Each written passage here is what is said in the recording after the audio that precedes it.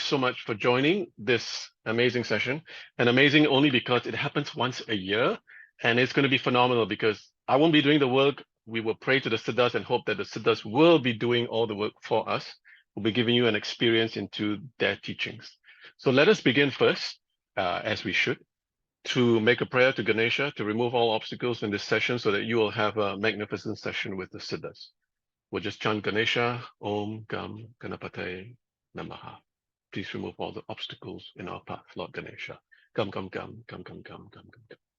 And then we'll make a prayer to Babaji, Dr. Pillai, so that this session will be a beautiful session and that you will get the grace of the Siddhas, the lineage from which he is from. And so those of you who know you can chant in your heart, we'll chant the Guru mantra. Guru Brahma, Guru Vishnu, Guru Devo Maheshwara, Guru Sakshat Parabrahma, Tasmai Shri Gurave Namaha. Babaji, let your words be our words, your thoughts be our thoughts, your actions be our actions. And then I'm going to make a special prayer invocation to Siddha Agastya, the father of the Siddhas, and you will know why very soon when we talk about it. Om Om Agastistaya Nama Om. We pray to Lord Agastya, Siddha Agastya, that this session be facilitated by the Siddhas, that you will get the maximum experience, all of you on this call, all of you listening on the replay, to get the full blessings of the Siddhas. Om Shanti Shanti Shanti.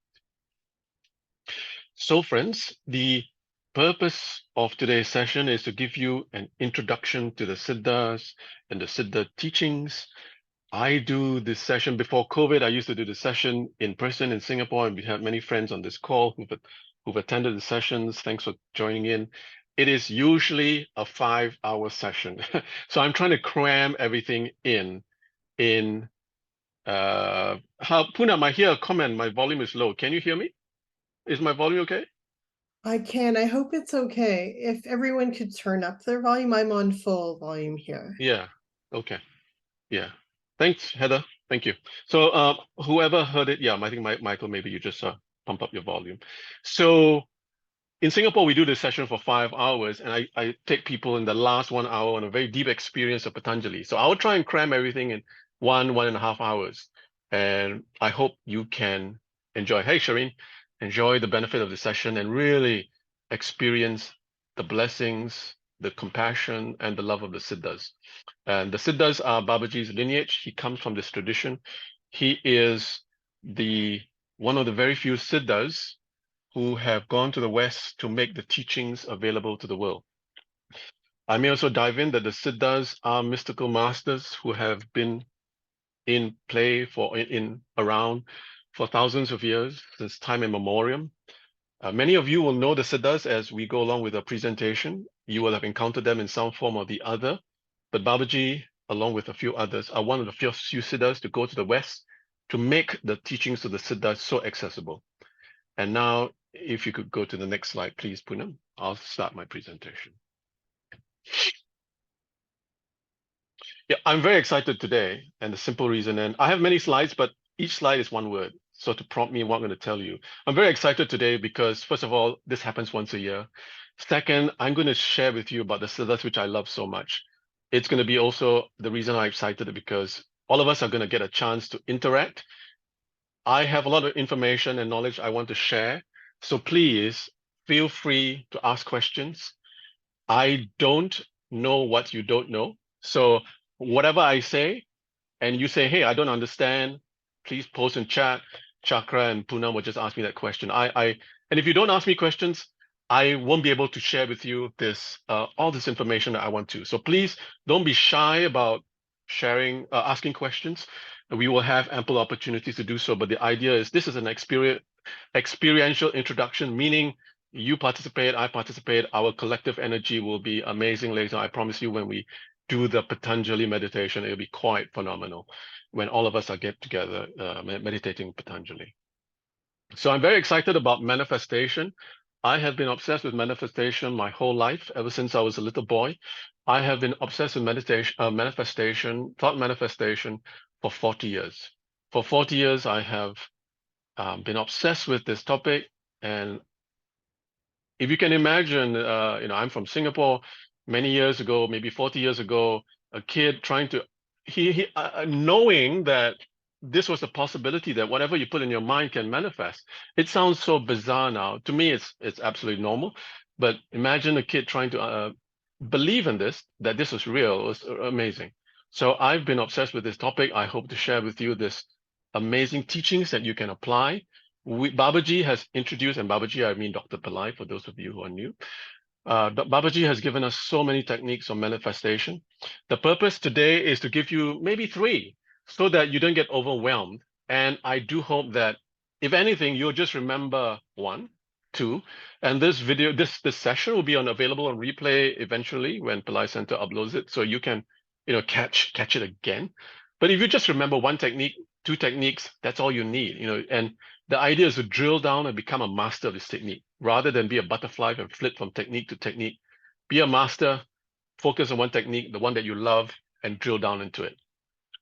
So there are many, many techniques, including techniques to acquire siddhis, which I'll talk about later on, including for some of you who may not be know this, may be surprised, Shreem Razi is also a technique, which Babaji has also described. So let's get on with it. I will try and give you an introduction, quick introduction to the siddhas. Next slide, please. So yeah, take 1 technique, please. Next slide, please. Yeah, so if you have any questions about the stuff that we're going to raise here, for example, we're going to talk about the upcoming mystery school where you will get a chance to really dive deeply with the world of the siddhas. You can email me at shivababa108@gmail.com.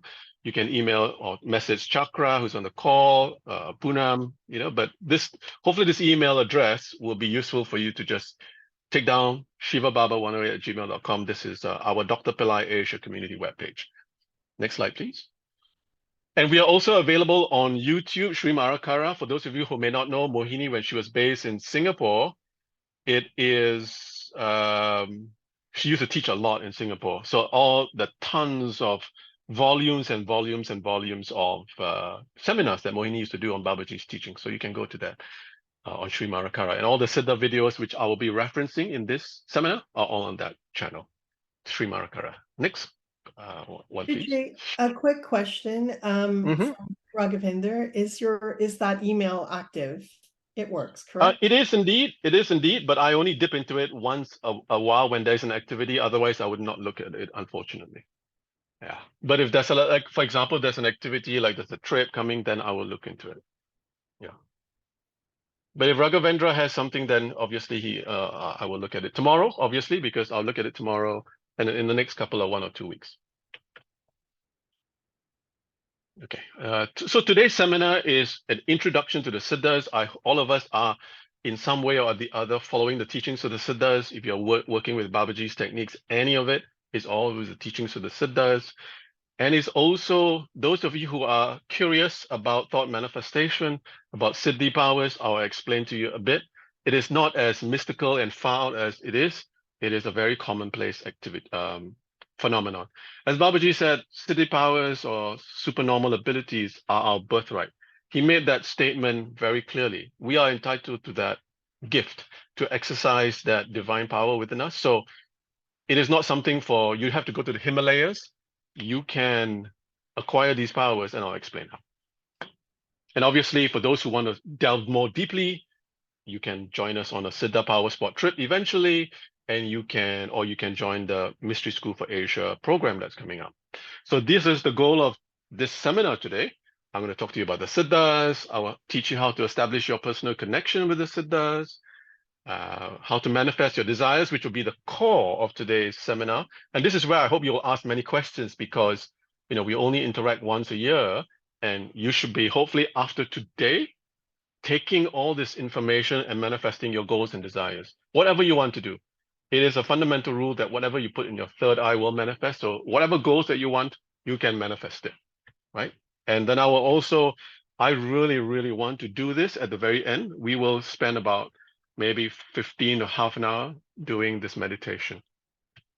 This is a divine experience for those of you who may have gone through this in Singapore with us. It is a sublime experience where you enter the stage of Patanjali's Siddha Samadhi. And I would like to do that at the very end. Okay, next slide, please. Excuse me. I'll also share about the Mystery School for Asia. Thanks. The next slide, please. So this is the Mystery School for Asia 2024. For those of you who are interested to know more about this, please get in touch with Chakra or please get in touch with Poonam. The website is below. This is a program, Babaji's Mystery School for Asia. We in Asia have a remarkable blessing because this is Babaji's premier program. And for 2024, the Siddhas have made themselves, revealed themselves more clearly that they will be taking a big part in ushering in the golden age, Satya Yuga in 2024 and beyond. So Mohini and I have talked about it, and we will make 2024 Mystery School for Asia very focused on the Siddha. So you will learn a lot about Siddha techniques, dive deeply into their esoteric mystical teachings, very practical stuff that you can manifest your goals, financial goals, love, desire, relationships. At the same time, you will also be working with Kala Bhairava, Swana Akashana Bhairava, the god who gives you tons of gold and money, will give you initiation to 8 forms of Kala Bhairava. At the same time, Yadish, who is the most powerful channel for Goddess Angali, goddess who gives siddhi powers, will also be joining this program. It is an amazing program that folks on Babaji's Mystery School 2020 at the US Mystery School don't have. So I urge you, please go and give it a check out.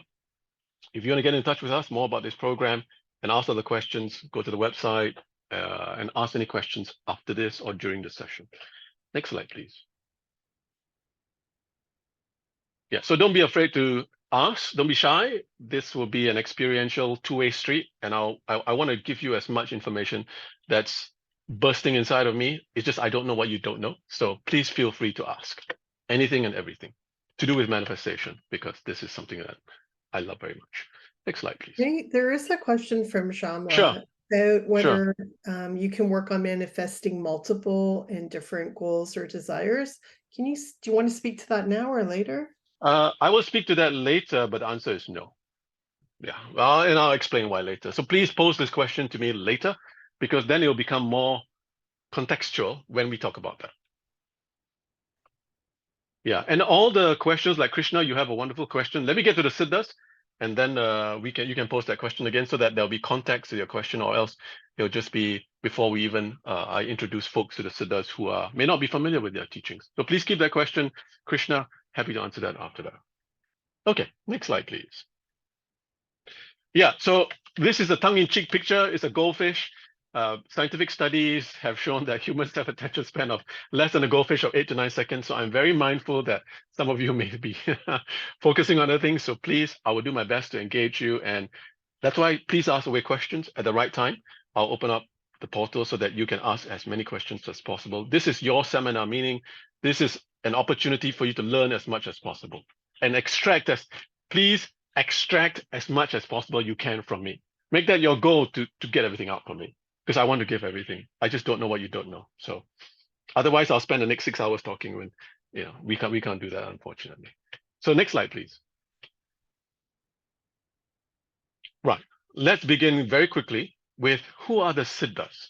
Now the Siddhas are mystical masters from the Tamil, I will not say from Tamil Nadu, because they are across India. The Siddhas are mystical masters who have transcended death. They are mystical masters who are pure consciousness. They have ascended into light. And of course, the English word Siddha comes from the Tamil word Chit. Chit is consciousness. So Siddha, Chitta, is one who resides in pure consciousness. That means these are enlightened beings who exist in a different dimension. Of course, there are Siddhas who stay on the earth plane and help out humanity. During our Siddha trip, we have met many of the Siddhas who exist among us. Babaji, of course, being one of the greatest Siddhas in the tradition.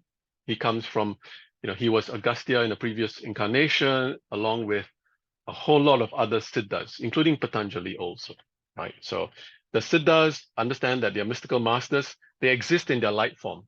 So many of the Siddhas we encounter I will show you pictures of Siddhas in their light form. For some blessing, they allow themselves to be photographed, so hopefully we'll see photos of that soon. Next slide, please.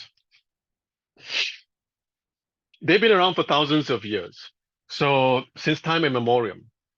And whether you believe it or not, for those of you who are from the Indian tradition, there are writings that say that the Tamil Siddha Boga went over to China and became another Lao Tzu, right? So there are many books that talk about the Siddhas making journeys to other countries and spreading the teachings of the Siddha because the Siddhas is agnostic. Let me try to help you here. The Siddhas are regarded as heretics of the mainstream Hindu tradition because they are ascetics. I can never pronounce that word. They live in the forest, away from humanity, studying and meditating on the universe deeply. So they choose to hide themselves away from humanity. They don't hang around and make themselves known. So they live in forests. They have been considered heretics by the mainstream tradition, Hindu tradition. So they've been around for thousands of years. They live in forests. In the true Siddha tradition, when a Siddha master takes a student, he takes 1 or 2 students alone. He doesn't take a whole bunch of students. So there'll be one student that studies with the master for 10, 20 years, and then the Siddha master will give him one mantra, right? Babaji has described how he studied with his guru.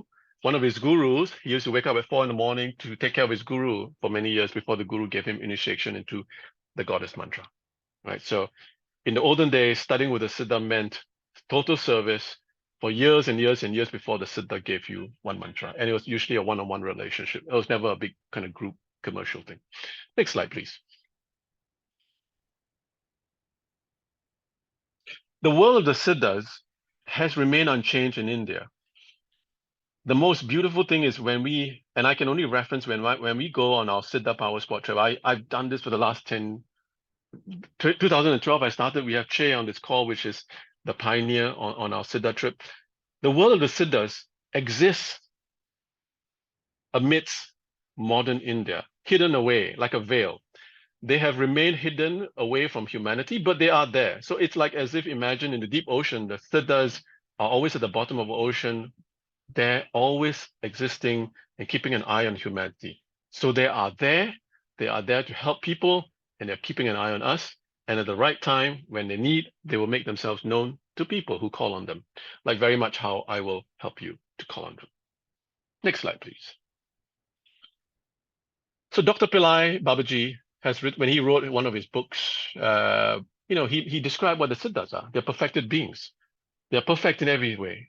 They don't have a body. They can go anywhere to help people. They can appear in their light form. If you call, in many of our experiences with the Siddhas and those who come on the Siddha Power Sport trip, and those who join the Mystery School for Asia, and for those of you who practice connecting with the Siddhas after this, when you call on the Siddhas, they will come and help you, wherever you may be. Right? Our friends in Australia, I remember Sean shared some wonderful experiences connecting with the Siddhas when he went back after our Siddha trip, and he's in Australia. Next slide, please.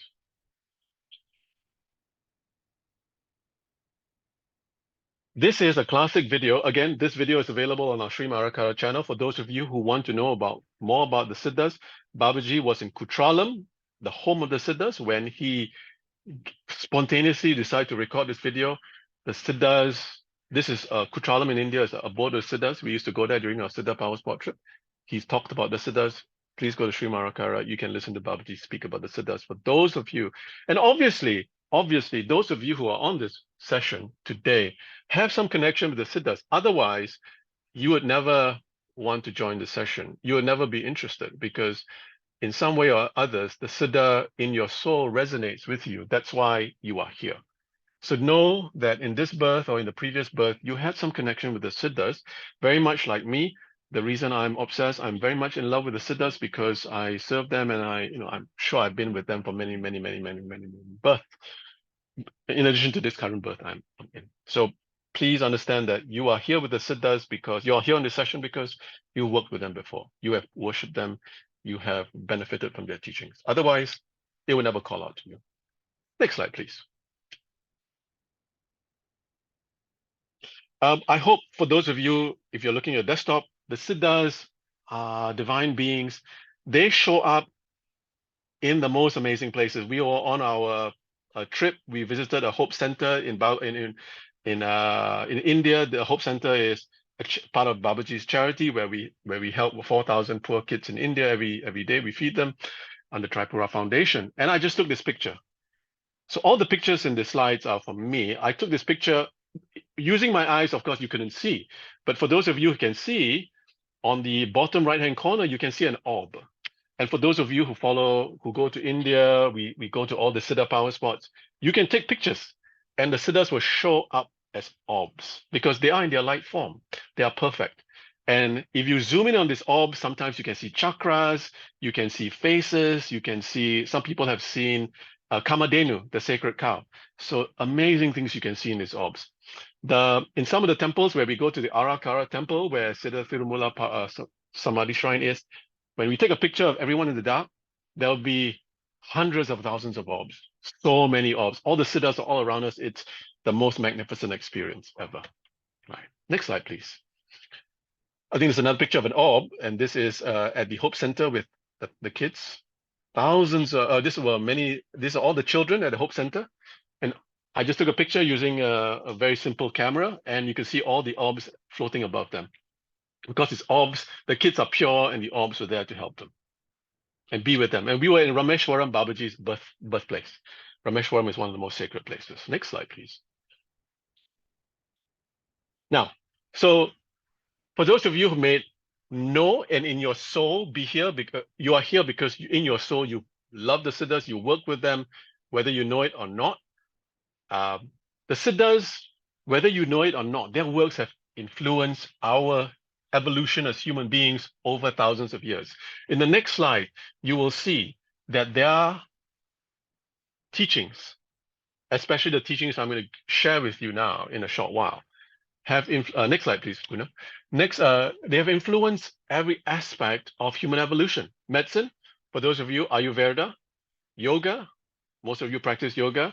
We'll be doing Patanjali's Yoga Sutras later on for meditation. Vastu, which is the Indian form, the Tamil form of Feng Shui. Astrology, Vedic astrology, the martial arts, jnana and wisdom, lifestyle and ethics, right? So many things of the Siddhas have permeated into modern life. We just don't know it, and we are practicing it without knowing that this comes from the Siddhas. Next slide, please. So for thousands of years, the Siddhas have remained hidden, and it is purely by grace of the divine and Babaji's grace that the Siddhas have made themselves very well known now. Babaji is revealing tons of information from Siddhas, and I'm really excited to share with you a few of these key teachings in a short while. Next slide, please. As an example of where the Siddhas hide away from humanity, this is a cave that Mohini, now known as Padma, when we went to check out many years ago. I had to admit that Mohini was very brave. She went ahead, powered ahead in this cave. It was very claustrophobic. It was literally two giant rocks back to back. This is a cave where Siddha Pambati used to meditate. Next slide, please. You can tell that we had to climb up a big hill, very precipice. It was in pitch black in a cave full of bats. And the light that you see there is my flash when I took a picture. So the Siddhas stay away from humanity. They are not interested in hanging out and chit-chatting with people. Their goal is to help humanity evolve. And that's why the techniques that you'll be learning here are going to help you change your life, hopefully in the next 1 year when we next meet 1 year later. Or if you join the Siddha trip, if you join the Mystery School for Asia, your life will change through the Siddhas, right? So their goal is to help and not to socialize and, spend stuff on mundane stuff. Next slide, please. I think for the next few slides, Poonam, we can go maybe 2 seconds every slide. I just want to show you, these are pictures I took of when we go on our Siddha trip. These are the places where the Siddhas stay. They stay in mountains. They don't stay in very easily accessible places. So in the Siddha trip we visit here, these are Koli Hills. That's Papanasam, where Siddha Agastya stays. He is said to be very active there. So, next slide, please. Yeah, that's the beautiful place where Papanasam is. And Siddha Agastya, when we go there to meditate, he is so active there. It's a very beautiful place. So I think I can go to the next slide. I've talked about this one. Yeah. Let me go down to this key point now, because this will be one of the focus of today's seminar, and you will be asking me questions on this, I hope, later on. What are siddhis, and what are they? Should we be accessing them or working on them? Siddhis are known as supernormal abilities. They are, as Babaji has explained, they are a birthright. We've just forgotten how to use this technology. So is it wrong to desire a siddhi? Absolutely not. Babaji has said it is not wrong. You should work on it. For example, if you want to acquire a financial siddhi, the ability to manifest money, you'll work with Sri Brasi, right? And then, of course, do good. The Siddhas, of course, teach that it is good to acquire siddhis. It is part of your spiritual journey, as long as it doesn't distract you from your ultimate goal of evolution and enlightenment. But at the same time, the Siddhas tell you, acquire siddhis, but don't become a show-off, right? And for those of you who may have read this beautiful, and I highly recommend it, book by Yogananda, Autobiography of a Yogi, you'll see the picture in the next slide. Or maybe you can go to the next slide. I hope the slide is a picture of it. Yeah, Autobiography of the Yogi. He, of course, wrote this book at the beginning of the 20th century. He discusses all India in the 19th century, where Siddha masters would be all around, and there'll be some people who had Siddhi powers who would flaunt it. And of course, they incurred punishment from the divine, because you acquire siddhis to help people to do good, but not to flaunt it or to use it for evil, right? So please read this book if you can. It's available free on the internet. You can download it or you can access it. I think it's Crystal Publishers, and you can read this book. Please read this version versus the other versions which have been edited. So this is the original 1943 version. You can download it or you can just access it. It's an amazing book. It's so alive. You feel the love of Yogananda, because that is the power of the Siddhas. They can transmit the love through time and space. And also you will learn more about Maha Avatar Babaji, the Siddha master who's been around for 3,000 years, I believe. I love this book to no end. So again, nothing to say that you shouldn't be acquiring siddhis. Thought manifestation, absolutely. You should be working on this. Why settle on a mediocre life when you have the gift and the ability to manifest a better life for yourself, right? And you'll be changing your life as well as the life of your future generations. So do not embrace mediocrity. Use the technology that we'll be sharing here, and technology that you can access in the Mystery School for Asia, as well as our Siddhi trips and all our other trips that we do. Next slide, please.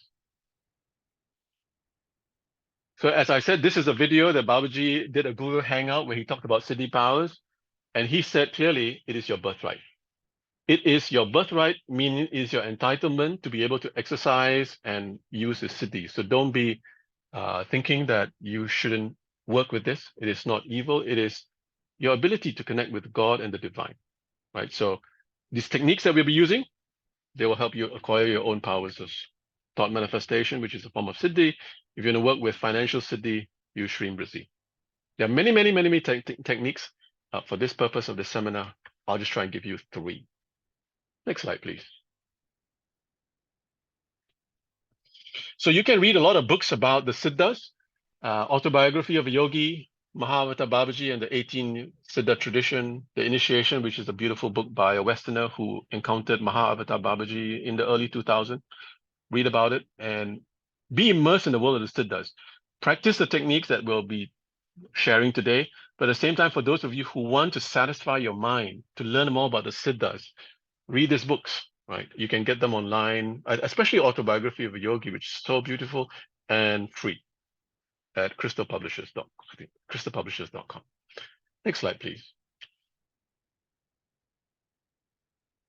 Can we talk and meet with the Siddhas? Absolutely, yes. These are the videos I posted on our Shrim Arakara YouTube channel. These are folks who've come on the Siddha trip that I do. They have all posted their sharing that the Siddhas will talk back to you when you talk to them. So please, including Che, you can see Venkat who's on our session now, Che. Is Sean on our session, by the way? Anyway, Sean is there from Australia. I didn't know whether he's there. But if yeah, Sean is there? Yeah, he is. Okay, great. You can see Sean there. Hey, Sean, he gave a wonderful testimonial, and that's him at Thiruvannamalai. Hey, Sean. That's you there. So please look at all these videos because the Siddhas are here to help you. Please understand that if anything, they are the most compassionate beings ever. Sean, Venkat gave such beautiful testimonies. Please go and watch them on our YouTube channel. Yeah. Actually, if you have any questions, you can ask Sean later too also. Next slide, please. This is a wonderful testimonial. I posted it. I will talk about briefly. The Siddhas, I want you to understand, and I will just spend maybe a minute about this. Anthony is a wonderful soul. I don't know whether Anthony is on this session. If he is, Anthony, please say hi. Anthony is a wonderful soul who joined our Siddha trip. And the reason why I want to take a minute or two, because I want to tell all of you that the Siddhas are very practical people. They want to give you, hey, Anthony, good to see you. I'm going to share with your story, but Anthony's story is amazing. Please go and listen to his story. But I'm going to give you a brief synopsis. Anthony was very gracious to share his story. One of our at this session, see the video here. This is the session I used to do in Singapore for 5 hours. So Anthony shared that when we went on our Siddha trip, before Siddha Patanjali, he asked for prayed for Siddhi powers, because you can pray for Siddhi powers. Obviously, we'll show you how later. And as Anthony shares, Siddha Patanjali asked him when he was in meditation, the one I'm going to teach you later, why do you want the Siddhi powers? And of course, Anthony answered him to help people. And Siddha Patanjali said, bullshit, which is fantastic. You have to hear Anthony describe this in his own voice. So Siddha Patanjali said bullshit. Then Anthony had to rethink his answer and gave the honest answer for myself. Then Patanjali said, perfect, great. That's what I wanted to hear, and then downloaded some Siddhi powers to him. It's as simple as that. And later on, when we were on another, we were with Siddha Agastya at one of his greatest power spots. Anthony shares that Siddha Agastya came to him, and Siddha Agastya said, where do you want to go when we were meditating? And Anthony said, I wanted to visit my daughter, or I think daughter, Anthony, you can correct me, in Perth, Australia.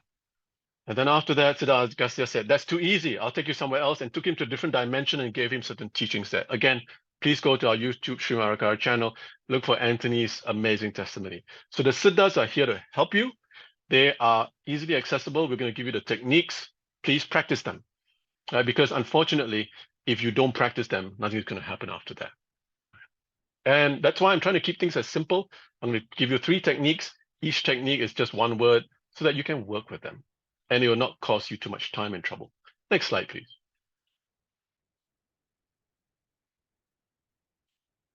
This is Melu. She joined our 2013 trip. The Siddhas taught her how to paint beautiful pictures. You can see a picture of that. Right. Next slide, please. And again, I think with the next few slides, you can just quickly go through them, because I just wanted to show that there are many folks who've been so easily connected with the Siddhas. This is, next one, please. I think this is the next one, is the Vibhuti. Yeah, let's stop on this one. I wanted to show you, I hope for those of you who are on your iPhone or your desktop, during the Siddha trip, this is a photo that I give out to people on the Siddha trip so that they can connect with this Siddhas when we are meditating at their power spots. This is a picture of Patanjali. You can see above the words of Patanjali, Siddha, the words in your screen. I hope you can see the words above the words Patanjali, Siddha. You can see some Vibhuti. So one of our trip participants, during our trip, this was in broad daylight, right? He came to me and said, hey, why is there dirt on my picture? I don't know, because that picture had been in the photo album I create for everyone, and it had been in his bag, right? So we had just gone to meditate at Siddha Patanjali's Samadhi Shrine in Rameshwaram. So he was stunned. He didn't know what it was. And Patanjali had had granted Vibhuti on his picture, which you can see that a bit of Vibhuti appeared.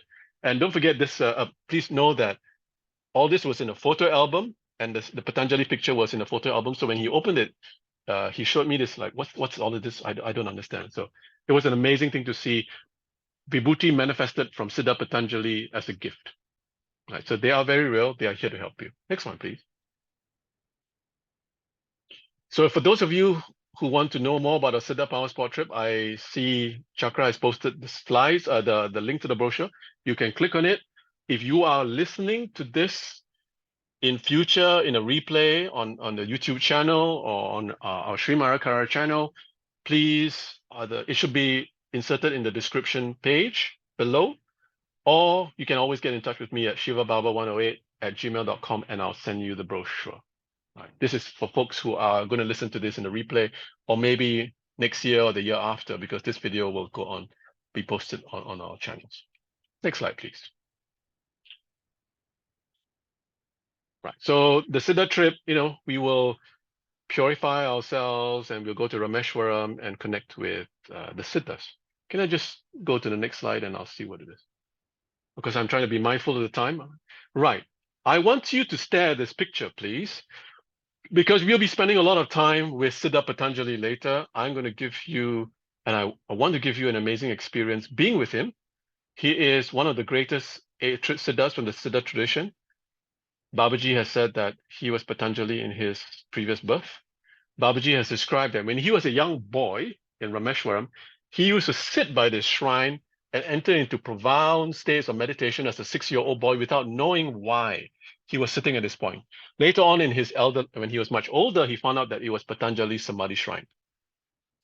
What is a Samadhi shrine? A Samadhi shrine is where a Siddha master has decided to park themselves in their light form for the benefit of humanity so people can go there, right? It is not a tomb. It is not where their physical remains are. It is where they have parked themselves in their light form. So it's like they park, that's a HQ, because they can be anywhere and everywhere. If you call him Patanjali, he can come to you, right? As we will be doing in a short while. But this is where we go to. This is his main HQ. Please stare at this picture because later on we'll be meditating with Patanjali. I took this picture at Patanjali Samadhi Shrine in Rameshwaram before they stopped allowing people to take pictures. This was in, I think, 2012 with Che. So please look at this picture, and later on when we meditate with Samadhi, with Patanjali, you can keep this image of the Samadhi Shrine in your mind as we enter deep states of meditation. Next slide, please. Okay, I think you can go on to the next slide. This is just more of sharing. I hope to get straight to the techniques. Yeah. Next slide, please. Yep. Get to the next slide. So, literally, and that's Venkat. Venkat was on our 2 Siddha trips. He joined in 2013. Such a profound experience. Please listen to Venkat, dear friend of mine. And he had such a moving experience. He joined us on the 2015 Siddha trip. Again, such a remarkable experience, right? So hello again, Venkat. Lovely to have you with us. Next slide, please.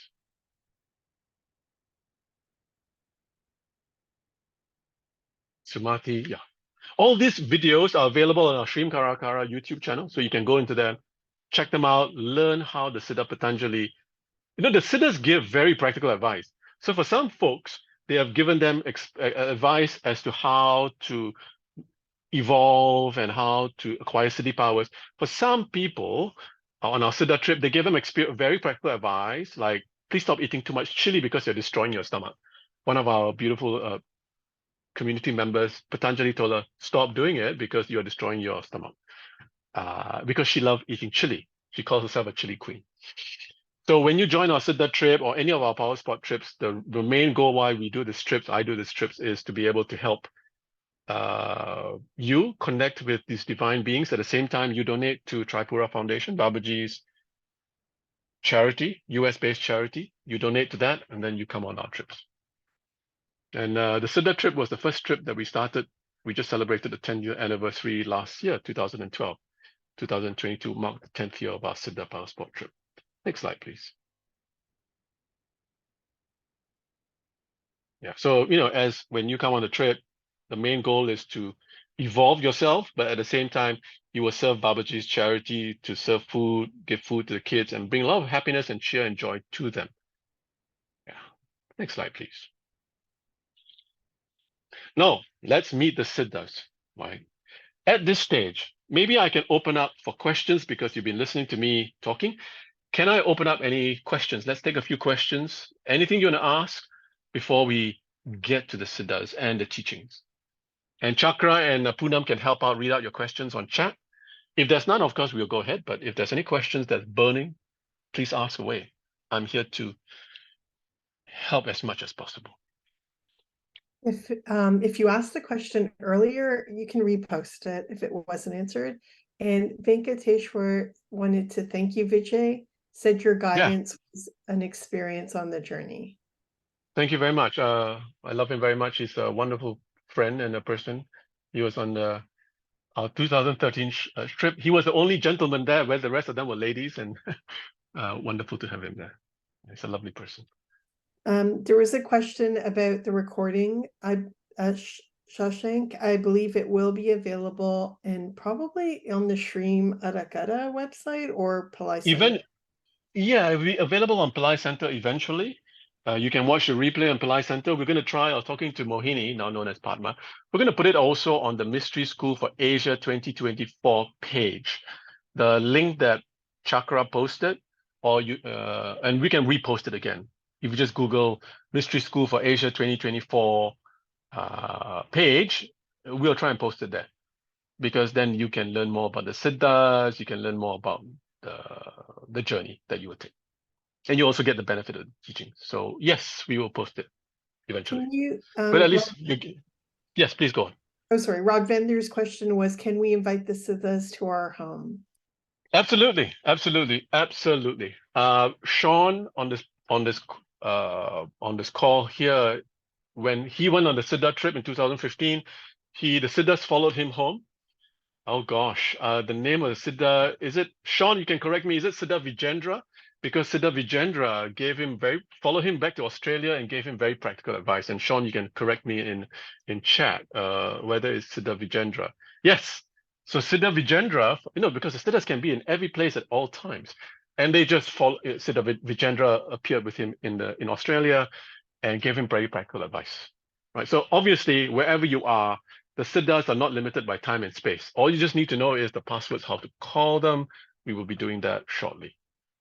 Yeah. Any other questions, please? Yes, there's a few. Michael wants to know if you can learn how to manifest in the Siddha way through the Mystery School Asia 2024.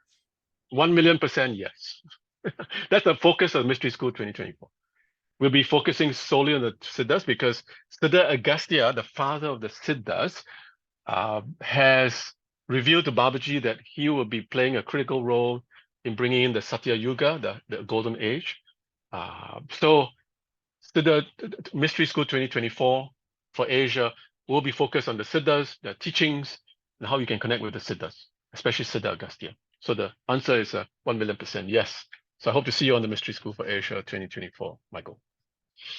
Rod Vender, the additional part to his question was, when you invite like a Siddha to your home, can you do it by lighting a candle to their photo?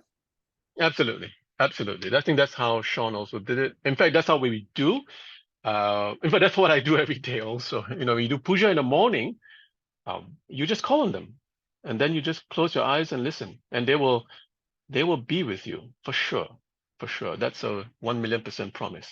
So you just need to call on them with sincerity and with much love for them, and they will come to you. Whichever Siddha that you choose to work with. And hopefully you will use the techniques that I'll teach you later to work with Siddha Agastya, the father of the Siddhas, Siddha Patanjali and Siddha Tirumala, the greatest Siddhas from the Siddha tradition, who, by the way, ascended into light thousands of years ago. So these are Siddhas which are from the ancient India, right? They're not modern day Siddhas. Yeah, next question, please. Okay. So the other question, yes, going back to the question that was asked earlier, Christine also wanted to know about the question about working with one or more than one goal at a time. Sure. I will answer that question. Please bookmark that question, Christine, because when I go into the section of how to manifest, that question will be very, very, very, very relevant. That will be a very important question to answer. And I will answer that question there. The answer is, as I said, no, you should not, but I will give a more lengthier explanation why you should not, right? But the short answer to your question is no.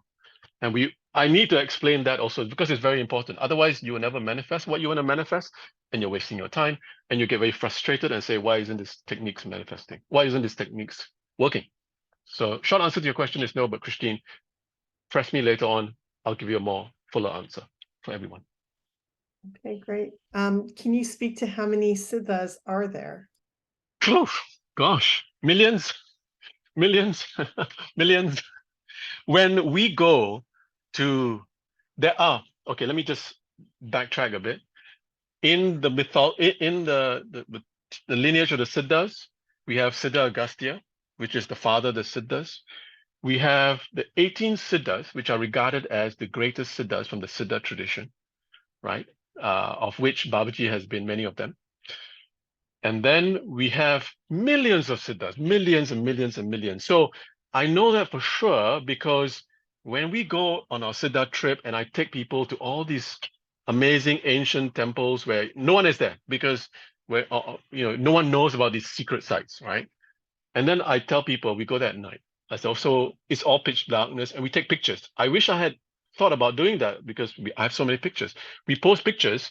I think Shireen also is on this call. She can voice in and say, yes, I remember. Because we take pictures and there'll be tons of orbs behind everyone.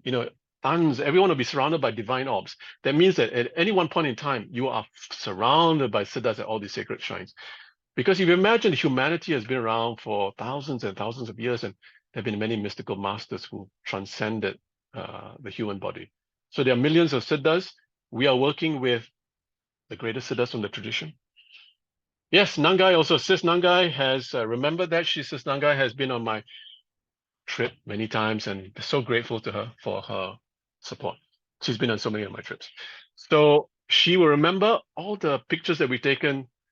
In fact, there are some pictures we took even in the Sea of Rameshwaram at 4 in the morning when Nangai, Tolyong, and I were there, and all the siddhas were just all around us, So, and again, when you zoom in on the siddhas, you can see their face, you can see chakras, you can see yantras, you can see amazing things, right? So I invite you, for those of you who seek a mystical experience beyond what we're going to teach you, beyond Mystery School for Asia 2024, consider the Siddha Power Sport trip. All right. But you can download the brochure and read about it and let me know at email@shivababa108@gmail.com. Yeah, any more questions, please? Yes. Can you speak to when people have negative people trouble? Is there something that you can do? Well, that's beyond the scope of this session. Obviously, the simple answer is there are mantras that you can chant. I can tell you that the Sharaba mantra, which I think you can download from Pillai Center, is great to help out with negative people. There are remedies that you can do on Astrovet that will dispel these negative people and their influence on you, right? So there are remedies for sure.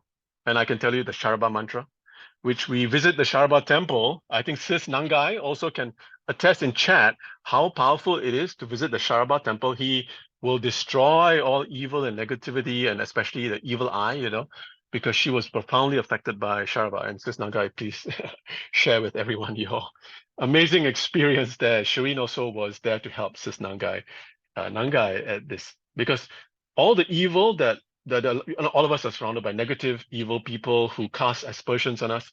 You can work with Sharaba, which Babaji has revealed. You can work with Astrovet remedies too, also, for sure.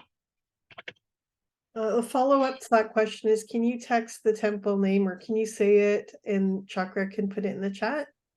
It's in the Shrimbrezi. Chakra posted the link to the Shrimbrezi trip. You can just Google that. The mantra is there. No, you can just look at chat. The brochure is there. You can download it. The temple is there, and the mantra that Babaji gave is there. It's the Shrimbrezi brochure. Okay, great. Thank you. Is the Siddha system, does it connect to our 7 chakras or is it beyond this? That's from Atul. What's the question again, please? I didn't catch that. About the chakras? The Siddha system, does it connect us to our 7 chakras or is it beyond? I'm not sure myself. Yeah, I'm a very practical kind of guy. I'm here to give you. I really don't know the academic part, and to me, but I'm just here to give you the maximum practical experience. So I don't know the academic parts of that question, I'm afraid. Okay, great. What will be the signs that we've achieved Siddhi powers, and will there be any warning if unknowingly we misuse it? That's by Pravina. Well, when you manifest what your goals are, which I'll show you in a minute how to do so, then you know that you are slowly acquiring and moving your Siddhi powers. So when you chant Shrim Brazi and you're manifesting wealth and money, you know that you are exercising your Siddhi powers. Obviously, if you misuse your Siddhi powers, there will always be a biofeedback. Something will happen to you. I don't know what it is, but if you wish evil on people, again, if you want to get a good idea, go and read the autobiography of a yogi, because there were many uh, masters who had Siddhi powers, they misused it, and they suffered the consequences for it. Because the Siddhi powers come as a gift from the gods. Today's seminar, we don't have the time and the scope to be able to focus on the Siddhas subscribe or follow, worship gods and goddesses who give them Siddhi powers, like Goddess Angali. Lord Muruga gives Siddhi powers, but we don't have the time to do that because I only have one half hours with you. Otherwise, I'll love to talk about them.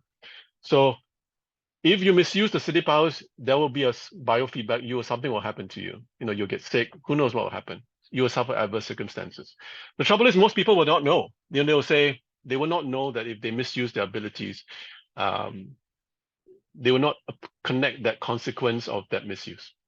But there will always be consequences. The laws of karma and cause and effect are inexorable. Do good and good things will happen. Do bad and eventually you will reap the benefit of that negative act. Thank you. Next question. Anything else before we get there? Yeah, just a couple. Raghvendra and Tara, you mentioned about being non-vegetarian. Is that an issue for connecting No. with? I mean, I have to be honest, Babaji is not vegetarian all the time, so it's fine. Folks who serve Babaji, Mohini, she's not vegetarian. The ladies who study, but you don't have to be. I've been vegetarian for 20 years, 23 years. I'm very happy with the state I am in. I became vegetarian in July 2003, and then I met Babaji 3 months later. So to me, it worked for me. But if it doesn't work for you, hey, it's okay, right? Because Babaji doesn't say people should be vegetarian at all. Not at all. And then, so Evelyn's question is about advice for today to connect with the Siddhas and to gain Siddhi powers, but I think you're going to be doing that later. Absolutely. Yeah, absolutely. Okay. Because we're going to plunge into the practical session of this entire seminar. I've given you the academic part, and now it's time to go into the meat of this seminar. Right. Okay. Because I know everyone's on this call and everyone's spending their time on a Sunday, so I don't want to, hold up you folks, but I'm dying to share with you the techniques that you can use immediately. We're looking forward to it. So just a couple more and then we can. Sure. Please. Don't hesitate to ask questions. Okay. So there's questions around the mantra to protect from negative people. Is that something you can get into? No, I think I answered that question just now. Go to the Sharaba temple. If you want the Sharaba mantra, download the brochure, the Sri Imbrizi trip brochure that Chakra posted. You can learn the mantra from there. It's the Sharaba temple. Yeah, you can use that. Okay. And then Michael mentioned when he made his video, I guess his testimonial video, he saw a couple of orbs near him in his bedroom in California. He said they were white, and what do they mean? They're obviously siddhas or enlightened beings who just come to drop by. Yeah. So it's great that you could see them. Yeah. You saw them on video or you saw them on in person? Michael, could you put in chat whether it was in video or could you visibly see them? It's okay. Either way, it's always this is always a good sign. It's never a bad sign. They're always there, and if you can see them, they show up on your camera. They're just there to show you, hey, hi, I'm here. Wonderful experience. I think this is our last one before we get back to the presentation. Shamla wants to know, how do we recognize when the siddhas are communicating with us? It's kind of bizarre because let me share with you. So again, go to our YouTube Sri Marakara channel. We've had so many testimonials there. Then each of the testimonials will give you one aspect of how the siddhas communicated. So for Sean, they spoke to him. Vijendra spoke to him. You could hear his voice. For Siddha Agastya with Anthony, he spoke to him. You could hear his voice. Sometimes, let me give you an example with Mohini. She once shared, okay, we went to one of the Siddha's power spots, one of the greatest Siddhas, and I think Dakshinamurti Swamigal in India. We go to see Guru Dakshinamurti Swamigal in India during our Siddha trip. And then when she came to Singapore, he came to see her. He came and visited her in Singapore, and she got very worried because he was leaving signs around the house, physical signs, and she didn't know what it was. She thought it was an intruder in the house. She could hear signs, like the doors was opening or something like that. Then Babaji told us, hey, it's okay. It's, the Siddha just come to say hi. So depends on your nature and your inclination. The Siddhas will know exactly how to chat with you. So if they're trying to communicate with you, you're not hearing their voice, then they may resort to physical, they may resort to vibhuti on your picture. The siddhas will communicate with you. Just trust that they will get in touch with you in the multiple ways, whichever suits you, because they have the entire scope of siddhis to communicate with you. So don't be frightened. They will use any means possible. They could speak to you. They could appear to you in your dreams, right? They could do multiple things. They could take you on astral trips to different dimensions.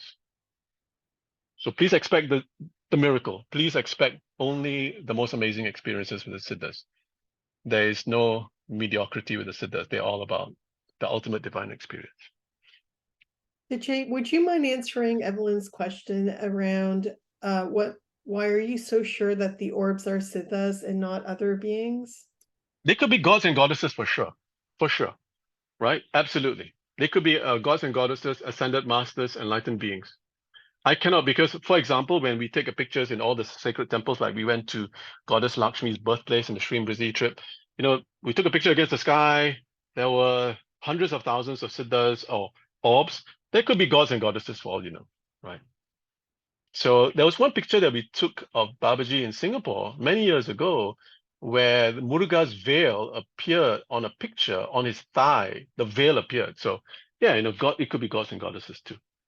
For me, I see siddhas everywhere. When we go on our siddha trip, I have the assurance that they are always surrounding us. But absolutely, it could be gods and goddesses and other masters and enlightened beings, male and female, masculine and feminine, just surrounding us. And again, siddha just refers to one who's perfected consciousness, a being who has transcended this human body. So it's not necessarily our conception of a man with long hair and a bushy beard. That's we have pictures here. Obviously, they're just drawn by humans many years ago. But siddhas are just light forms. So they don't have genders. They've just transcended all the physical human limitations. So just understand that they're just pure beings of light. They want to help you. They want to shower their love on you because they love humanity. That's why they're giving all their teachings to all of us. And that's why I'm hoping to share as much as possible. Thanks very much, Che. What is Che saying? I can't see the full comment. Can you read it out, please? Sure. They said, in my experience, positive energy lights me up and negative energy drains and gives bad vibes. Okay. Yeah, I mean, if you, during the Siddha trip, Che was a pioneer. He joined our first Siddha trip in 2012, Che and his lovely wife, April.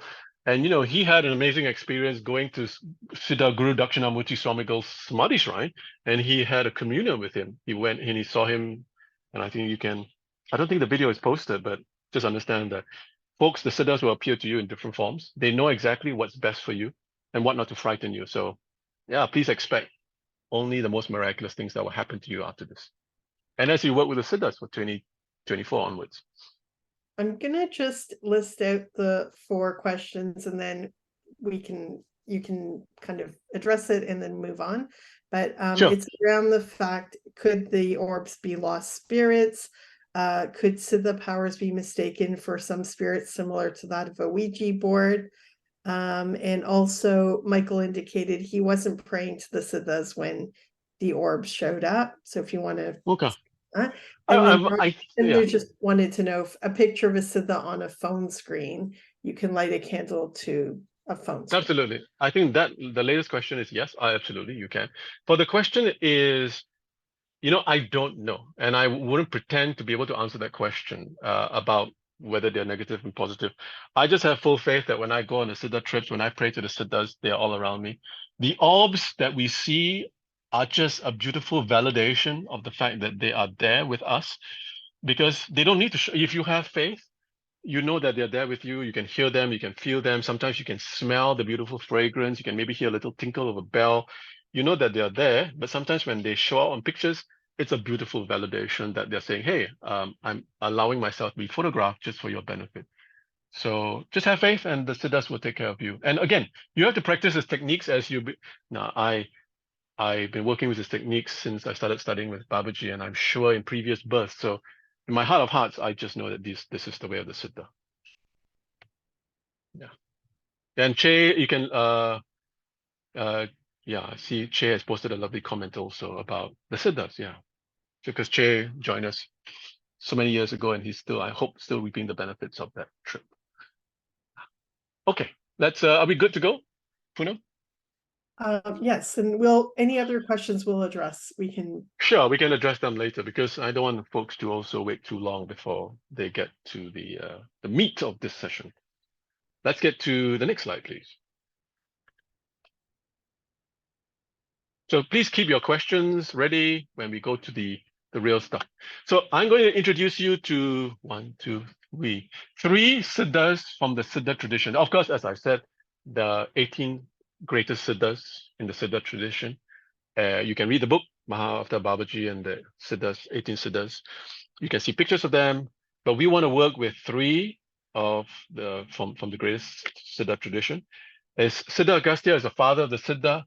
He has revealed to Babaji in recent times, recently in the last few weeks, that he will be playing a bigger role for the Satya Yuga, the Golden Age. So you should work with him. He is the big boss, the father. He is, if you could look at the next slide, he is the father of the Siddhas. He is regarded on par with Lord Shiva in terms of accomplishment. And next slide, please. He's always seen carrying a pot, right? And so he's a father of the Siddhas. His attainments are beyond parallel, and you can work with him very easily. He's a master of all Siddhi powers. You know, there are different writings. Some will say there are 64 Siddhis, there are this and there are that. But we want to work with Siddha Agastya. He will give you what you need. So I'm going to give you, and he is accredited to developing the Tamil language and Ayurveda. So stuff that we know now all comes from Siddha Agastya. Right? And he's very active because when we went on our Siddha trip, and this was like maybe 5-6 years ago, he was still guiding our attendees. He guided Anthony. He guided so many people. For example, folks. He gave them very specific advice what they needed for their life. So he's a very kind, compassionate, loving father. If you look at him as your father, he will be there to guide you. Next slide, please. So let's see how to connect with him. So yes, this is the video again. You can go to our Sri Marakara channel. This is the mantra that you will learn how to connect with Agastya. Of course, in the next couple of months, I am very sure that Babaji will give us more and more potent techniques, more and more refined techniques to connect with Agastya. It's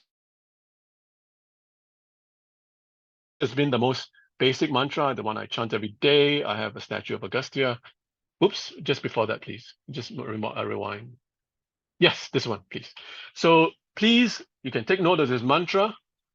Let me chant this, and you can close your eyes, or look at it. This is how you connect with him. You chant this mantra, you can watch this on replay, you can close your eyes, and I will lead you what to do. If you have a picture of Siddha Agastya, you can Google it. There's many pictures of Siddha Agastya, and you can just chant his mantra and continue to work on him. Call on him. Om, Om, Agastishaya, Nama Om, Swaha. Om, Om, Agastishaya, Nama Om, Swaha. Close your eyes and let me just impregnate that sound into your consciousness. Om Om Agastishaya Nama Om Swaha. Om Om Agastishaya Nama Om Swaha. Call on him to come to you in your sleep, in your next few days, in the next few months. Call on Siddha Agastya to help you. Om Om Agastishaya Nama Om Swaha. Om Om Agastishaya Nama Om Swaha. Om Om Agastishaya Nama Om Swaha. Om Om Agastishaya Nama Om Swaha. Om Om Agastishaya Nama Om Swaha. Call on him to help you to do what you need to do to acquire the abilities that you need to do. Om Om Agastishaya Nama Om Swaha. So work on him, connect with him. He's very strong within me. Now I can feel his energy. don't hesitate to call on him, right? Om Om Agastishaya Nama Om Swaha. His energy is so strong now, I cannot stop chanting his name.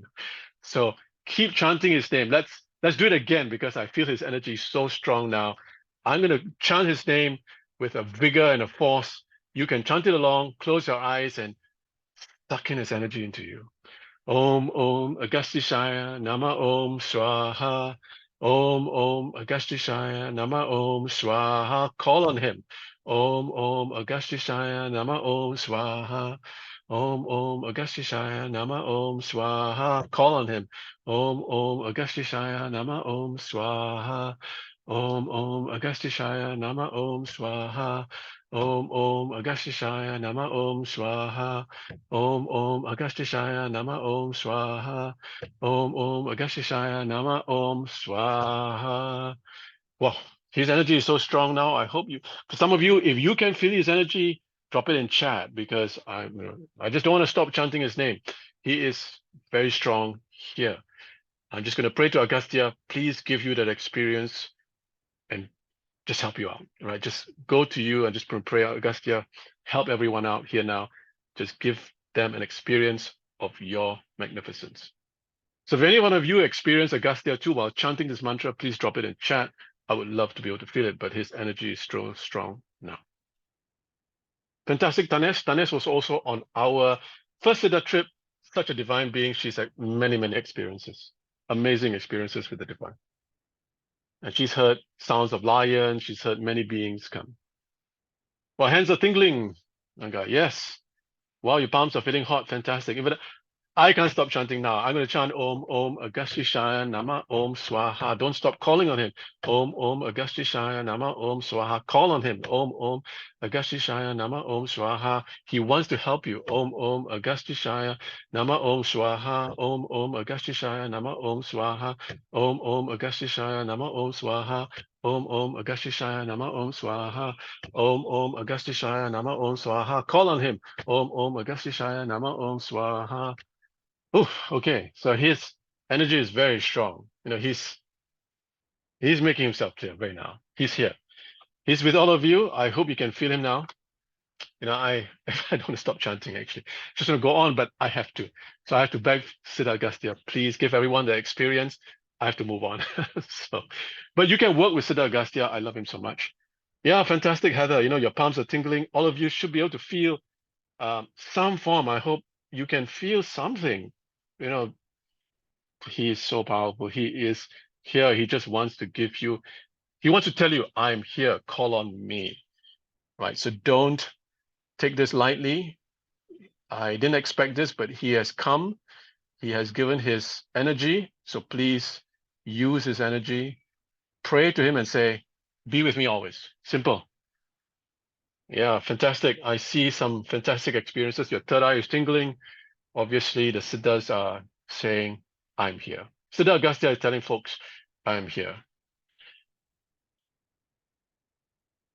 So, okay, so you can visualize Agastya, you can chant the mantra. I'm just staring at his picture and I'm just chanting him. Because I've been to so many Agastya power spots, he is so much in my heart. And I did a very special Siddha Agastya power spot trip in 2016. That was a one-off of his kind. And so he's so strong in me. So I hope you felt his energy. He is very much present with all of you. Please don't hesitate to call on him. Can you look at the next slide, please? Many years ago, yeah, for those of you sharing your experience, please continue to share your experience if you can feel Siddha Agastya's energy pounding through you, because I cannot stop chanting his mantra. I don't want to stop, in fact, but I have to. I have to go on with the show. So this is a shortcut. I was working with Siddha Agastya. I was praying to him and he just gave a beautiful vision. Next slide, please. He said to me, if you want to connect with the Siddhas, come through me. He showed me that picture. He showed me this picture. So if you want to work with the rest of the Siddhas, go to Siddha Agastya. Obviously, he is the big boss. He is the father. He is the leader of the Siddhas. So if you want to work with him, work with the Siddhas, go to him. Om Om Agustisaya Nama Om Om Om Agustisaya Nama Om Om Om Agustisaya Nama Om Om Om Agustisaya Nama Om Om Om Agustisaya Nama Om, and keep pounding the chanting. If I don't stop, I will not stop chanting Islam. Okay. And continue sharing your divine experiences, all this great stuff we see in chat. I will look at it after this session because I can't see what you're writing in chat. So I would just love to see all the experiences that you're having with Siddha Agastya now, because he's such a beloved, kind father. Next slide, please.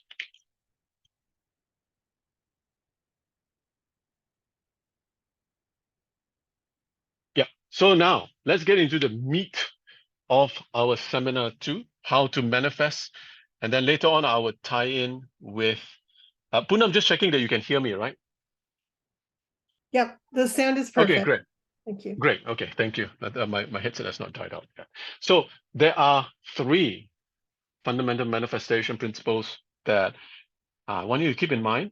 There are many more, obviously, but I'm trying to distill everything. Again, I've been obsessed with Siddha manifestation, thought manifestation over 40 years. I'm sure much younger than most of you here. I mean, most of you are much younger than that. For 40 years, I've thought, but nothing but Siddha thought manifestation. So there are 3 principles that I hope you will walk away and take away. There are many more, but these 3 will hold you in good stead. Number 1, next slide, please.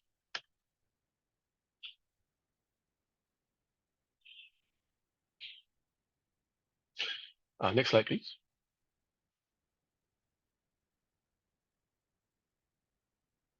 You must have a goal. This is the most, it sounds the most ridiculous, but if you don't have a goal or what you want to manifest, you will never manifest it. Now, we will practice this later on, refining your goal. But and it's very easy to have, you see, you must have a goal. Is it a certain sum of money you want, a certain job you want, a certain relationship you want to manifest, a certain health miracle you want to manifest, a certain car you want to acquire? You must have that goal. It must be as specific as possible. No fudgy, don't see a vague picture of it. It must be as clear.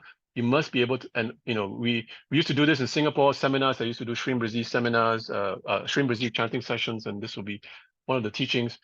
You must be able to smell, touch, feel your goal as if it's so real, right? It cannot be a vague and wishy-washy goal. So if you want to manifest money, you must see the exact amount, right? It must be, let's say you manifest 100,000, 1 million, 1,000, whatever. That's between you and your subconscious, your goal. It must be as precise as possible. It cannot be vague, right? And we will go into practice later on. There'll be a good chance later on. Because some people may say, and let me explain why. Some people may say, I want to manifest money, I want to become rich, but hey, the Siddhas need to know what you want to manifest. Whatever you put in your third eye will manifest. So if you put vague, ambiguous stuff, nothing is going to happen, right? I want to manifest a relationship. I want to manifest a marriage, but do you know the qualities that you're going to manifest in your partner? What if you get someone wrong, right? Sometimes there is one of the stories that have been told is someone wanted to manifest a relationship, and she did. The trouble is that person was married already. So she manifested someone who was already married. So that was not cool. So she had to re-manifest that. And then she got another person eventually. That's fine. So have a goal. Next slide, please. I think you can skip 2 slides. So slide number 2. Principle number 2. Next slide, please. Whatever you visualize, you will manifest. This is going to be the thing I repeat ad nauseum over and over again. Whatever you put in your third eye, and we will spend some time focusing on our third eye, you will manifest. So if you put good things in your third eye, you will manifest good things. If you put negative things, poverty, thinking like, oh my God, my life sucks, I don't have money, your third eye is how do I say this? A neutral servant. Whatever you put in your third eye, it will do, right? So you have to be very careful. Whatever you manifest, you will realize it for sure, guaranteed. The next question is whether in this birth or the next. So that's why we want to harness as much energy, putting into your third eye and working on these mantras to power your goal so that you manifest it in this lifetime. I have shared this experience many times, so I'm going to do it now. So you will understand why, if you're not precise in your goals, or if you don't put enough energy, when you get it, you'll just be a waste of time. So I shared this experience that, of course, most of you know that I'm a lawyer, and I have known that I was going to be a lawyer since I was a little boy.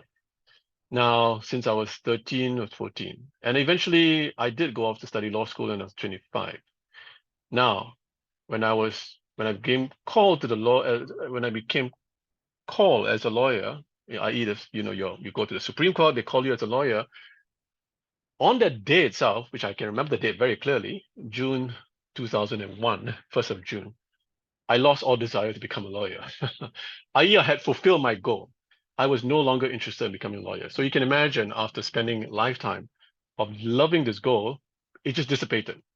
Why? Because I had this goal, I'm sure, in a previous birth, to become a lawyer, right? And of course, obviously, I didn't put enough effort. I manifested this goal in the next birth, and then I spent a lot of time. And then the moment I fulfilled this goal on June 2001, when I got called as a lawyer, all desire just left. And that was 20 years ago, by the way, 22 years ago. So I can share with you whatever goal you want. You will do some exercise later to ask yourself,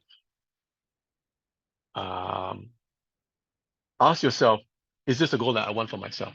Because sometimes if you ask, I just want to be rich, if you're not focused, you may not manifest that goal. Or if you do, you'll manifest it in the next birth and then you'll regret it. Next slide, please. Manifestation Fundamental 3. So this comes back to your third eye does not differentiate. Whatever you put in your third eye will manifest, guaranteed. So you put good things in your third eye, like for example, you know why some people, they manifest illnesses? Because they've been thinking about this illness all their whole life. So I know I'm going to get cancer when I grow old. I know I'm going to die of a heart attack when I grow old. I know I'm going to lose my money. I know my partner is going to leave me.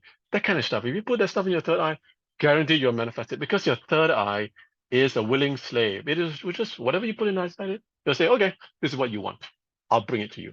So you have to be very focused and conscious. Whatever you put in your third eye will manifest. So you must always put good stuff that you want for yourself. Okay? Next slide, please.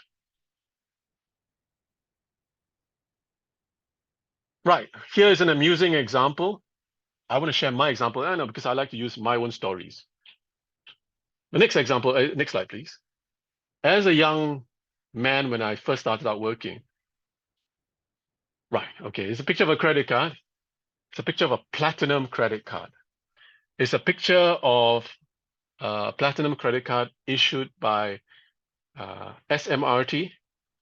In Singapore, it is the subway company, the rail transport company. I'm sure in other countries, for folks who are, in India and Australia, you have your own rail company. So that's the example. Of course, when I was young, growing up, all I wanted to do, when you're young and clueless and you don't know better, I wanted, of course, to manifest a credit card, because it's a sign of prestige, right, when you're growing up. So I said, I must have a platinum credit card because it's a sign of ultimate prestige. And hilarious, joke by joke, I did manifest my credit card when I first started working.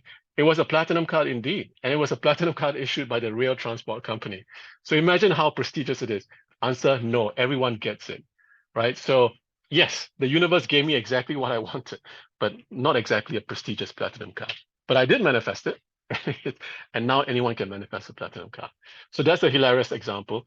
Sometimes whatever you want, the universe will give it to you, but this is actually a platinum card issued by the rail transport company. No big deal. Next slide, please. So whatever you put in your third eye will manifest. You have to be very specific. I was not specific. I just said, I want a platinum card. Universe says, sure, no problem. Here it is, issued by the rail transport company, not by Citibank or some of the prestigious houses where only an exclusive group of people get credit cards. It's just issued by the rail transport company. Commitment, right. And this is very important when you're going to manifest. Along with the 3 principles, you have to be committed to yourself, because it's you who want this manifestation. If you're not manifesting it, the truth is you're not putting enough commitment, because you're doing it for yourself. You're not doing it for me. You're not doing it for anyone except yourself. So if you want to manifest, let me give you an example. You want to manifest a certain amount of money or a job, you have to put in the work. You have to spend $0. There is no money involved in it. Whatever we teach today is $0. You're getting these teachings through Babaji, absolutely free. The only commitment is your labor, as Babaji has said over and over again. you must spend your own labor. So commitment, if you truly, truly, truly want something, you will have that commitment to manifest. If you really want some money or a new job or a relationship, you will say, okay, I'm going to devote the next 3 months, 6 months, whatever, to just focus on this manifestation. Just keep chanting with these techniques I'm going to show you in a second. Doesn't take more than a minute or two, right? But you must want it. If you don't truly, truly, truly want it, i.e. there's no commitment, you'll never see it come through. And sometimes I've wanted to manifest a certain thing, it will only appear maybe 5, 6, 7, 8 years. It takes so long because I've been kind of wishy-washy myself. I said, yeah, I want it, but not really burning and brimming with desire. So I wanted, then I kind of forgot about it. It pops up eventually. So, but not within that short space of time that I've wanted it. So because whatever you put in your third eye will come to pass, but how much energy will directly correlate to when it comes to pass. The more energy you put in, the faster it manifests. The lesser energy, if you just think about it, maybe in a few years, it will come to pass. Okay, next slide, please. I hope this is a technique I'm trying to remember. Right. So your pineal gland is the picture here. It corresponds, your third eye is your pineal gland. There are two glands in your brain. One is the pituitary and one is the pineal. So the pineal is what we're working for. In previous teachings, Babaji has said that the pineal and pituitary, you can take it as the third eye complex. He's sort of, both of them can be considered as one. But for our purposes here today, I want to focus on our pineal gland. For those of you who want to figure out where is your pineal gland, imagine poking an arrow at the bottom of your throat all the way up, a sharp stake or spike, all the way up from your throat. It pops up in the middle of your skull, and then you poke a sharp spike in the middle of your forehead, in the middle of your eyebrows, two eyebrows, and it pops up the back of your head. Where the two spikes meet in the middle of your brain, that's your third eye. Right? So whenever you visualize, you don't have to be that precise to manifest that. Just focus on that area, right? Focus on your pineal gland. Just imagine a light in your brain and saying, I'm going to stay in my third eye. Eventually, you'll get a hang of it. Don't worry if you find it a bit tricky, but eventually you'll be okay. Next slide, please. So whenever we spend the next few minutes manifesting, we'll be doing this. I guess for this next few slides, Poonam, you can just go through it once every 2 seconds. This is exactly what you can manifest in your third eye. Whatever you put in your third eye will manifest. And it has to be very specific to you, right? Because I may want certain things that you don't want. And you may want certain things that I don't need, right? Some of you may want to manifest money, but I may not want to do that. Some of you may want to manifest a relationship, children, that is very specific to you. So whatever you put in your third eye will manifest. Guaranteed. Yeah. And so I want to take, maybe before we start our practice, I want to share with you, this is my manifestation. It is an amazing manifestation because it started out with a very simple idea. And I want to share with you how it started. We do our Siddha, we do our Shri Brazil trips. We had a gathering as part of the trip. We brought 100 children from all the Hope Centers, and Sis Nangai will remember there, Shireen was there, Tol Leong was there, and you can just chime in to say how an amazing experience it is to be with his kids. We had 135 kids for one trip. And then when I went back home, next year I thought, hey, we had 135 kids, such a divine experience with this pure children, Hope Center children. Why not have more kids? So then I just thought, I'm just going to put it out there. Let's have 600. That means we're going to bring more children to this place. 600 children. Such a crazy number, because on our trip, we have 10 people who attend our trip, and we're going to have 600 children. That's crazy. And then suddenly, eventually, I just had this thought, why not 900? The numbers just kept multiplying in my mind, and you can change to the next slide. The next 2 slides, Poonam, you can just go through once every 2 seconds. Eventually that happened. We had our Tripura trip, the Shri Brazil trip. We had 900 kids come along. But on that day itself, there were more than 1,000 kids that came along. Now you can see this is just for the kids in the resort. Actually, Nangai was here, so she can remember this one. They were doing PI, Babaji's technique, to give an enhanced intelligence. There were 1,000 kids here. The energy was phenomenal. So it just started with me visualizing, what if I already had 135. I dared to dream big. So one of the things I hope you will remember when you work on your goals is dream big. Your third eye doesn't recognize impossibility. For me, from moving from 135 to 600 to 900 children was just a figure in my mind. And I just said, let's do it. And slowly things began to happen. The folks at Tripura Foundation trustees said, yeah, I think we can do it. And we had, next slide, please, 1,000 kids, 1,000 children. If you can imagine that, it's a phenomenal experience. And this Nangai Shireen was, no, actually, I can't remember, not Shireen, sorry. Sis Nangai was there. You can remember. In fact, Toliang also was there. The energy was phenomenal. Having 1,000 children. It all started with just a picture in your third eye. What if I had 1,000 children there? So likewise, I urge you to think big, never think small. Obviously, you can, yeah, divine love, absolutely, Sis Nangai, absolutely. If you want to start out small, no problem. Just start out a small manifestation. When you hit it, then you can continue to expand on your manifestation. Maybe start a small, give yourself a small goal, manifest maybe 10,000, 100,000, manifest a small job, whatever.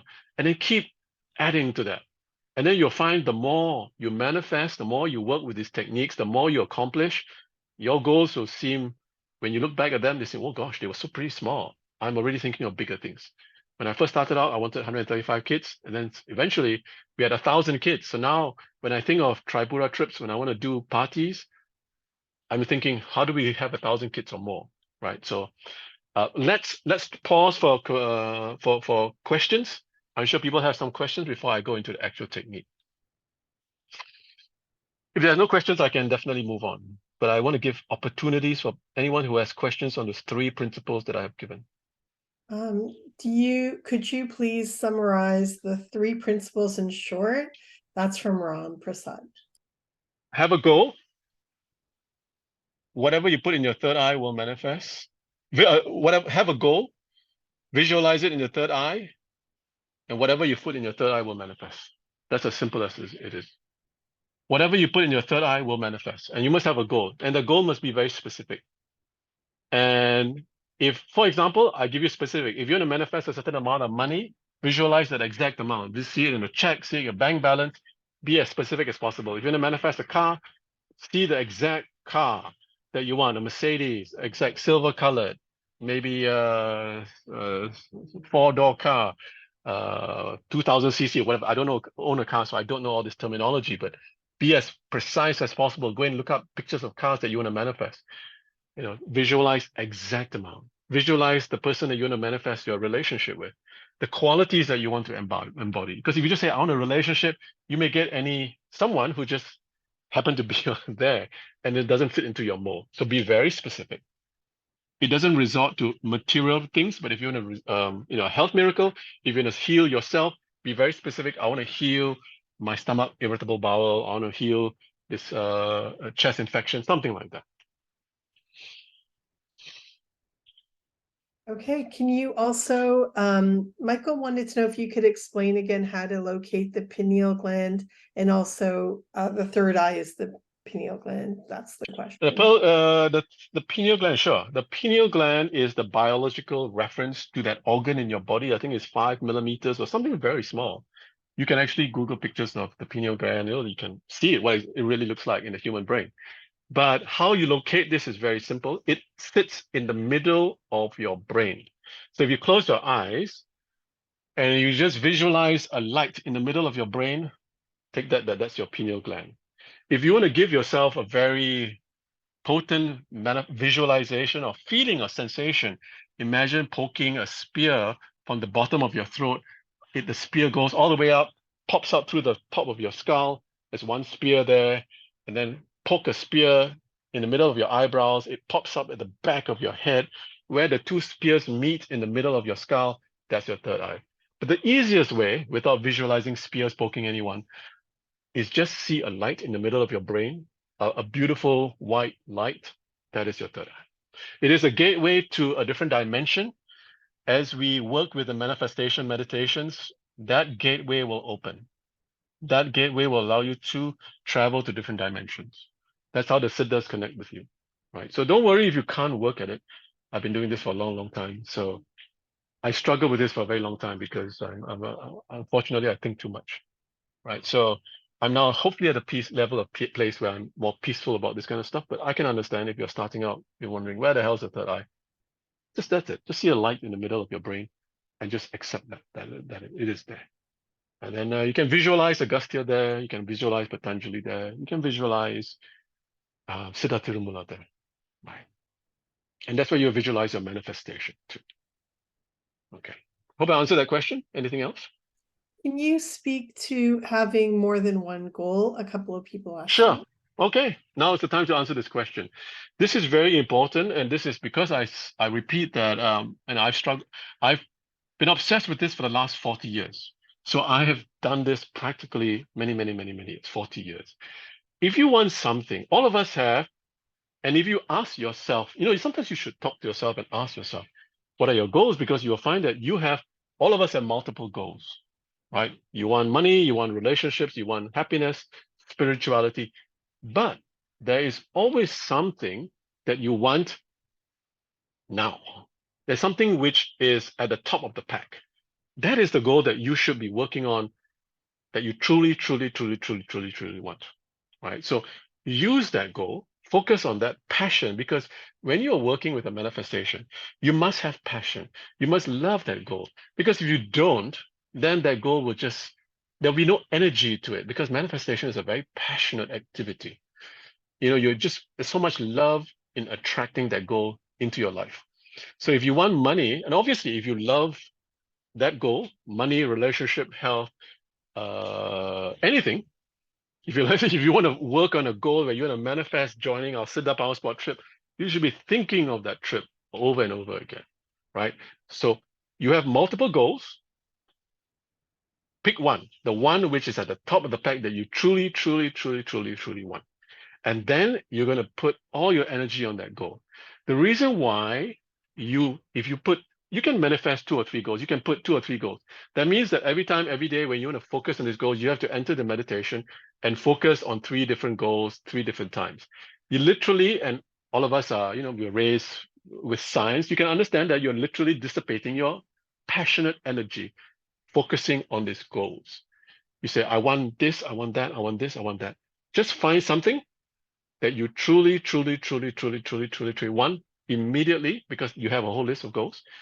Manifest that, put 1,000,000% of your energy, get that, and then focus on your next goal.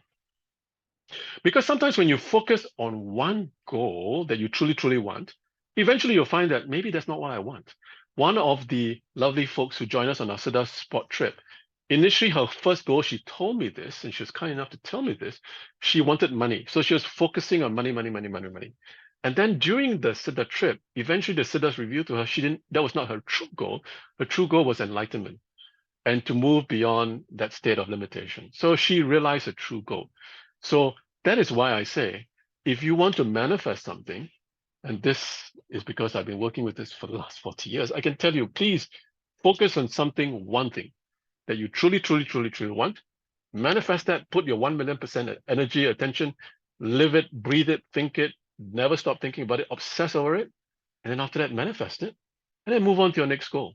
Because you may find that your next goal suddenly becomes, I don't need that, I don't need that. So let's focus on something that I'm passionate on. So that's my simple take on why you should always focus on one goal, because literally you're focusing your very fiber 1,000,000% on this goal itself. Manifest it, move on with the next manifestation, because we are beings that would truly want more and more things. And hopefully there will come a point where you just want enlightenment and you want to move beyond your current limitations of the body.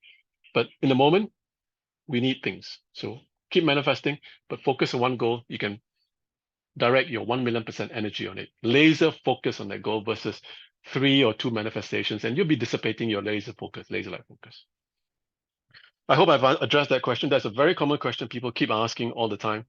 Because they want to know, do I do 1 or 2 or 3? My practical answer is just focus on one that you truly want. Get it, and then move on to the next goal. Because you must have something that you truly want. And that's your number 1 goal. Hope I answered that question. Anything else?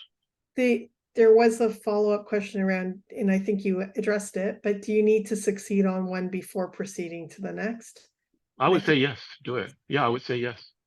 Because then you'll dissipate your energy. I mean, like if let's say if I want to manifest money, I'll just focus on that 100%. If I want to manifest a car, a job. Yeah, I was very lucky. I just focused on manifesting a job last year, and I was able to do that a couple of months later. But that's all I thought about. I just thought about only manifesting that particular job. I forgot the other goals that I have, and I have multiple goals for sure, right? Like everyone else, we're all human beings, physical beings, and we have different wants and desires, right? to that point, I have a question as well. So if you do have multiple goals, do you think like at least put them down on paper, but then do your focus and your meditation on the one? You can absolutely. You can put your multiple goals because then when you go back to these goals, then you're maybe in a few months, a few weeks after you manifested your first goal, then you'll see, hey, I don't really like this goal anymore. Then you move on. Sure, you can if you want to record it, just for your own sake. But my key point here is direct your laser-like focus and 1,000,000% energy on that goal because you're literally focusing your Siddhi energy, your life form, your divine energy on that goal. Why dissipate and focus on multiple things? Very much like if I was sharing all these teachings with you now, but at the same time, I'm cooking, I'm taking care of someone, I'll be dragged in 3 different directions and I'll say, guys, sorry, just give me a second while I fry up this piece of rice, right? Or guys, sorry, I got to change someone's diaper or something like that. So I'm focusing 1,000,000% on you. I just want to give you everything now. So very much likewise, if you want to write down your goals, perfect. But I will also add to that, I suggest you never ever share your goals with anyone. Anyone. And the simple reason is people can send negativity to your goals. And that will that will destroy your this energy that you're building up to manifest your goals. Even though if it's your spouse. Unless you and your spouse are able to focus on one common goal and are truly dedicated to this particular goal. Like, hey, I think we want to manifest this house. Let's work on that together. Right? Versus you tell your spouse, hey, I want to manifest this car. Then your spouse will say, what? You're gonna waste money, buy a car? Why? Right? So I'm saying don't tell folks, your family members, I never do. You can tell them after you manifest the goals, right? They say, hey, I was working on this and this is what I got. So I hope you will keep your goals confidential and secret, preserve that energy that you're building up, this energy ball of manifestation, and then it will go out to the world, attract what you need. And then after that, you can share with everyone. But before that, don't tell anyone. Even if it's your spouse or someone close, unless you guys are working on a common goal. Thank you. There's a question here about, is enlightenment different than being a Siddha? The Siddhas are beyond enlightenment. And Babaji has said that there are many stages of enlightenment. There are different, I'm not going to pretend I can even talk on this subject because I will feel such a phony. I'm just a normal Joe Blow, right? But Babaji has said there are different levels of enlightenment. There are mystical masters in India who are enlightened in the body, but not enlightened in consciousness. So different stages of enlightenment. The Siddhas are the ultimate beings who have transcended the human limitations. They have disappeared into light. They have merged into light. That's the ultimate stage. And even within that, Babaji has said there are different levels of enlightenment beyond light, many planes of enlightenment. And that's why he said that Swami Ramalinga is the ultimate Siddha. Swami Ramalinga, which was Babaji's ultimate, one of his incarnations in the last century, who ascended into light in 1874. Swami Ramalinga, who gave us the mantra Arut Perum Jyoti. Right. So he is one of the most ultimate, as Babaji has said. And you shouldn't be worried about enlightenment because, hey, if you're enlightened, you'll know it. And work on these techniques, it will give you light. For example, if you work with Shrim Razi, it will bring a lot of light into your life, into your consciousness. Shrim Razi will give you a lot of light into your along with the mantra I'm going to share with you also, Arakara. It will bring a lot of light. Light means consciousness. You will see things at a different level. Your consciousness will expand. Okay. I hope that answers that question. Yes. Anything else? I think that's, I don't think there's any new questions. Great.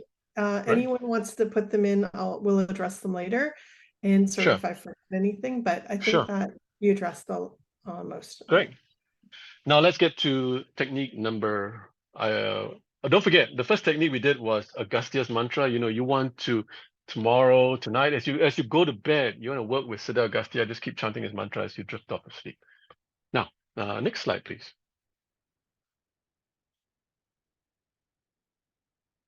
Okay, so I guess this is exactly what I said. Practice your desire. You must picture it as clear as possible. Next slide, please.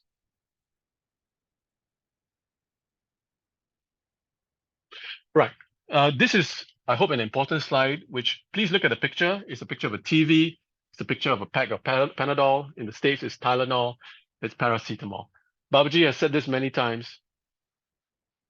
You don't need to know how a TV works to be able to enjoy a program. If you're feeling sick and have a headache, you don't need to know how the pharmacopoeia of paracetamol or Tylenol works. You just take it and you get healed. We are all on a Zoom call now enjoying this spiritual communion with the Siddhas. Do you need to know how Zoom works and all the, the code that goes behind it? No. So Babaji has said many times, don't look into the mechanics of how things work. He has always said the how, why, what, when people are very negative. All you need to do is this. Put your manifestation out there. Trust the universe, and the Siddhas, the techniques we're going to be working with, will give you the teachings that you need. You don't have to know, how is this going to work? Am I doing it right? No, don't worry about that. So again, take that example. If you are full of doubt, take that example as Babaji has said. If you've got a headache, just take a pill, you'll be cured. You don't need to know how that pill will work in your brain or in your body. Right. So that was this point of the slide, is just to share with you. Use these techniques, they've been around for thousands of years, and then you'll be able to manifest what you desire. Don't worry about how does it work and the mechanics are behind it. Next slide, please.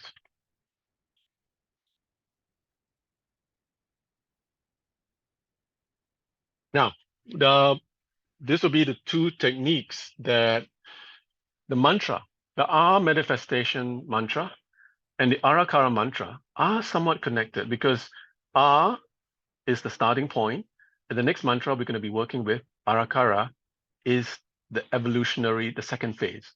But our manifesting meditation, I think you can Google Babaji's videos. He's explained a lot about how R works. R is the sound of creation. It is the sound most of you know when people are having babies, they are exclaiming the sound of R in orgasm. The R manifesting meditation, which is such a sublime meditation, which was revealed to Babaji by Siddha Nandi in heaven. And Babaji describes how Siddha Nandi, who many of you know in the human form, in the material form, is a symbol of the bull. Siddha Nandi told Babaji, chant the sound R. This is how we manifest in heaven. And all you just do, and I'm going to give you the simple explanation. Next slide, please. All you just do is bring that energy that is within all of you, the Kundalini energy at the base of your spine. Notice the slide I have here. Your root chakra, at the base of your spine, you can just put your finger at the back of yourself. At the base of your spine, you can feel that tailbone. That's where your Kundalini is, your chakra. That's where your creative energy is. That's where your life force is, your Kundalini. Right? Once that goes, you're dead. Once that escapes, you are dead. That Kundalini keeps you going. So Siddha Nandi has shared, once you bring that energy in heaven, this is how we manifest.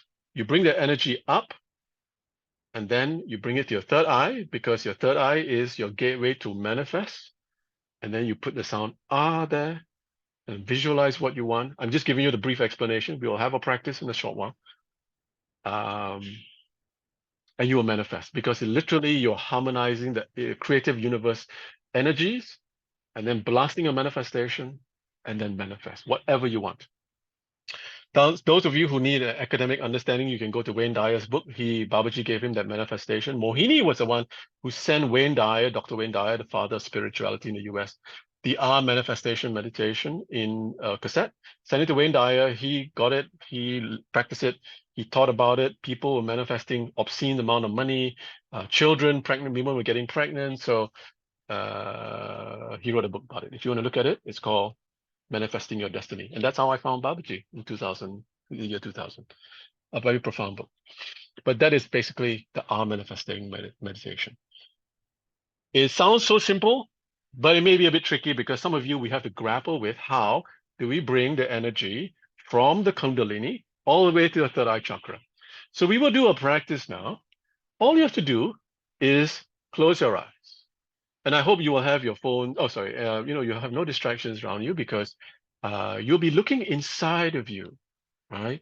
Close your eyes. And if you find this difficult, it's okay.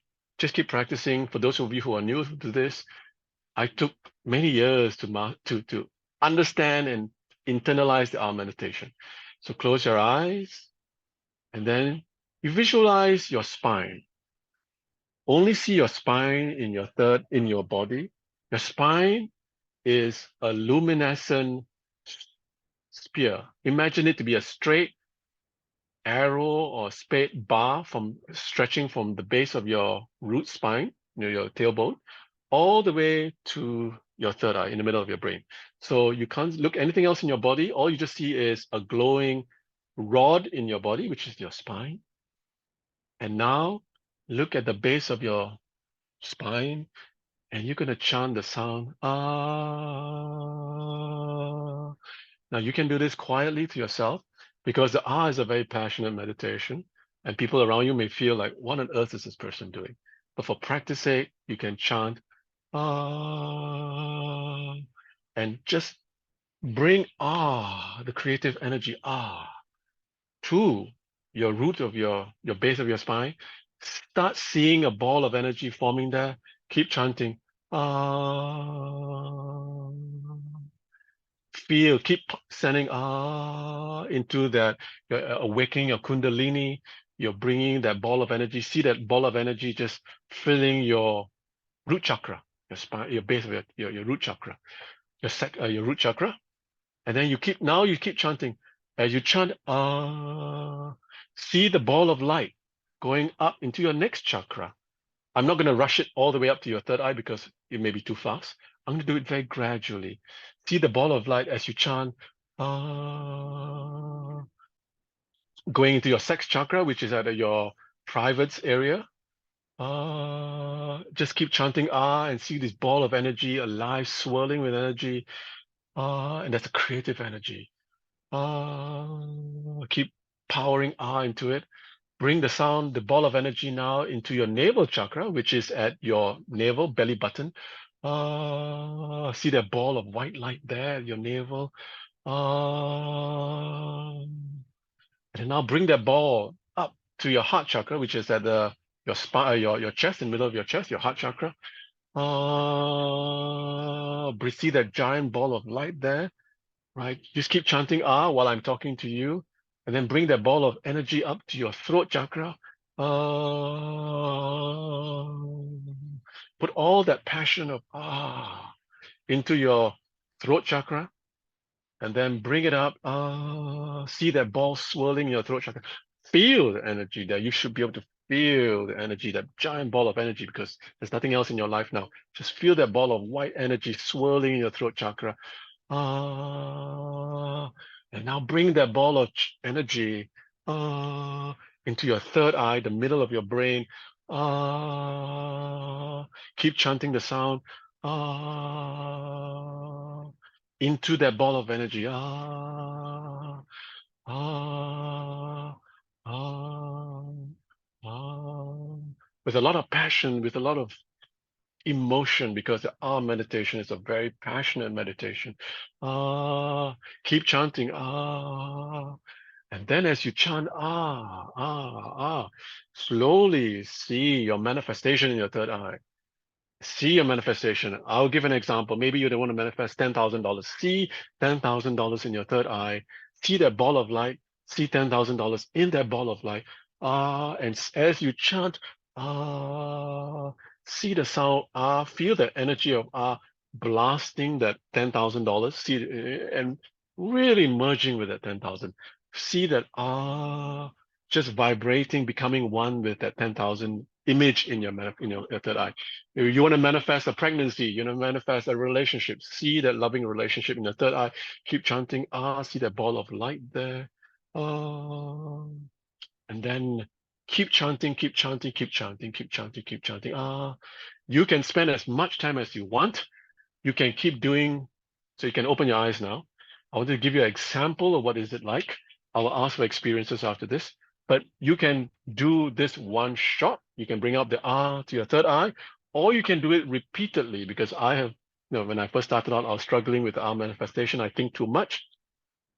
So I'll do it many times. I'll bring the R all the way up to the third eye, then I'll start all over again from the root chakra all the way to the third eye, because I'm accumulating that giant ball of energy in my third eye, and then I'm chanting Ah, and then I'm seeing my manifestations, that Ah and manifestations are merging.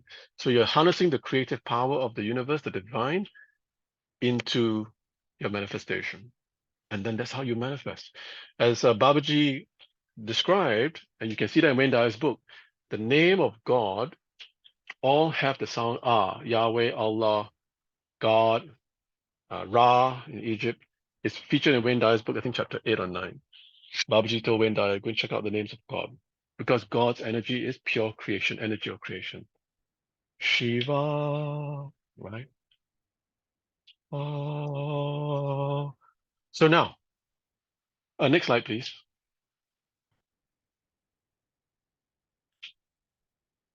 So that's an example. You bring the sound ah from your root chakra all the way to your third eye, in the middle of your brain. You can literally do this for 10 minutes, half an hour.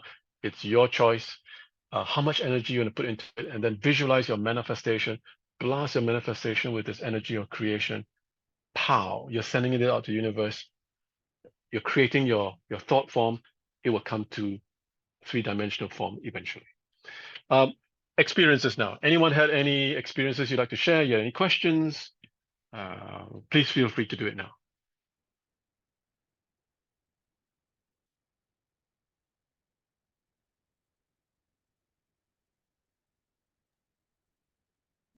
There doesn't seem to be any questions. Okay, good.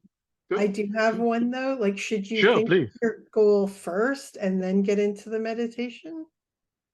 Obviously, let's say if you have a manifestation that you are obsessed with your whole life, right, or whatever you want to do now, you would know that it you are just oozing every pore with your manifestation. So you do this manifestation, you're literally powering up the human dynamo that is you.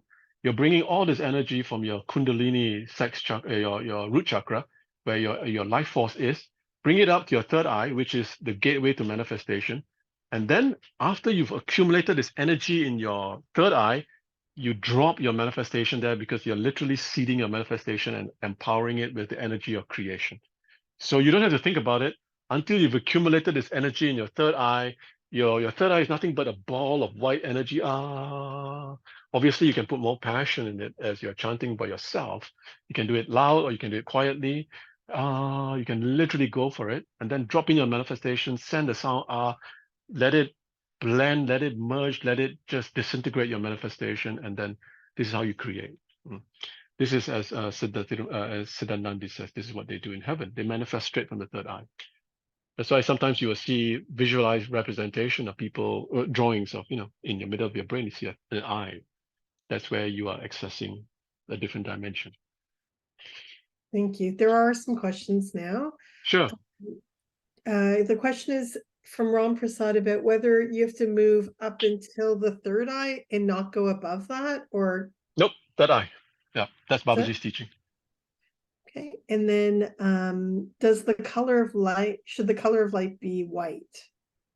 It may be a different color, could appear to different people. I would not say it has to be white.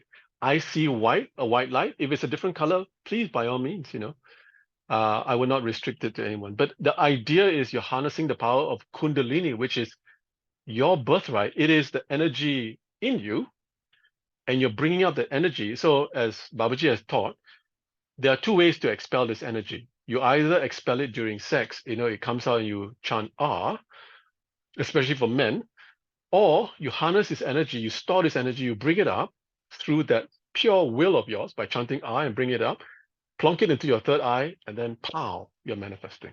You harness creation, energy of creation, and then blast your manifestation, and then you are manifesting. You use that energy to create a baby, to create a human form, to manifest your goals and desires. So you can The do it 1 next, minute, half an hour, whichever you feel, how much energy you want to spend inside it.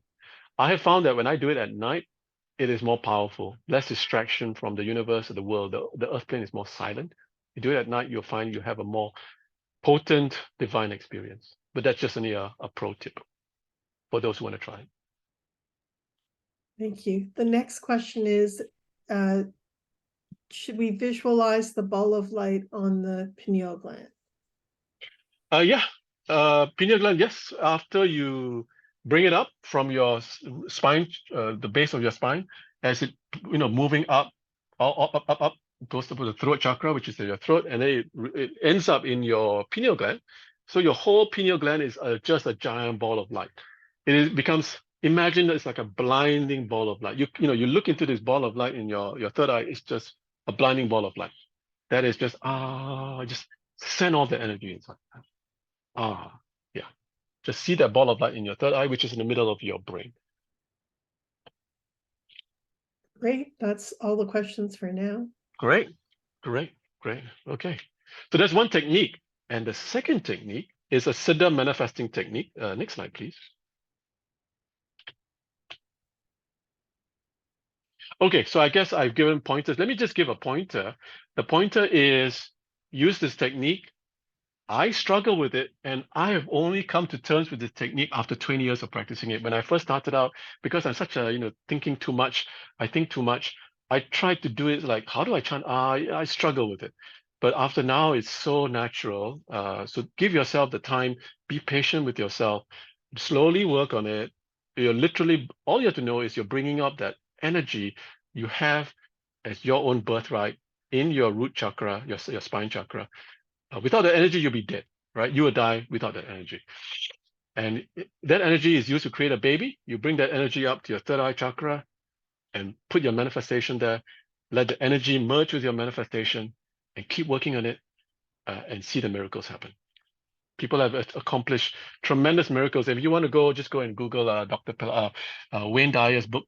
People went to Las Vegas, manifested tons of money. People manifested pregnancies, so people are doing amazing stuff using the R manifestation meditation. And there's tons of literature out there. So that was a pro tip. And I found that for me, it works a lot at night. When the earth plane is silent, I found I have more profound results. During the daytime, it's very noisy. I feel hot, distracted. But I found that when I do it at night, I have a more profound divine experience. Okay, that's no questions. Let's go on to the next one. I'm very mindful of the time. I'm very grateful that folks have been with me for the last 2 hours. And we are only 1/3 through. Right, now let's get to Arakara, which I say is a natural evolution of the R manifesting meditation. Arakara is the mantra of the Siddha lineage. It is the mantra given out by Siddha Tirumala, one of the greatest Siddhas of the Siddha lineage. He's the 18 Siddhas. He cognized this mantra. For those of you who are familiar with the scriptures, or you can just Google him, he cognized, he sat in meditation in one spot. Every year he came out of meditation, it is said in the scriptures, and gave out one particular stanza, which eventually was compiled into the book called Tirumantiram, his opus, magnum opus. And you can find the Tirumantiram anywhere.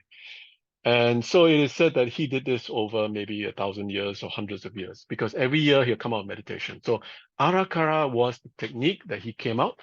Babaji has given this technique. I want to make this as practical as possible. This is a supreme technique for manifestation. Chant this technique, and we will go into how you do it. It is the sound. When you call on this technique, I want you to know that you are calling upon the entire Siddha lineage.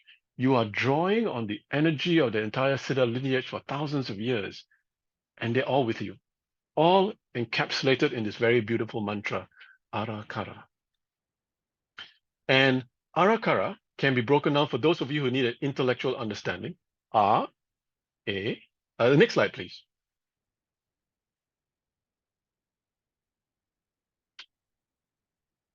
Next slide, please. Yeah. Where I have the sort of explanation or breakdown of the mantra. Yeah. So this is for the intellectual understanding. It's the sound that you just worked with. It's the sound of creation. It is the sound of the universe. It is the sound of God's name. Ah. Ra is the sound of fire. It is the sound that cooks your manifestation. You're literally blasting your manifestation energies with Ra, the power of fire, the power of the universe. Don't forget, there are 5 elements in the universe. Ra, which is fire, is one of them. Next, Ka is a principle of materiality. As Babaji teaches, with the sound Ka, you are literally summoning your manifestation from the ether world, the thought form energy, into the material world, the 3-dimensional world that we exist now. And then Ra cooks your manifestation some more.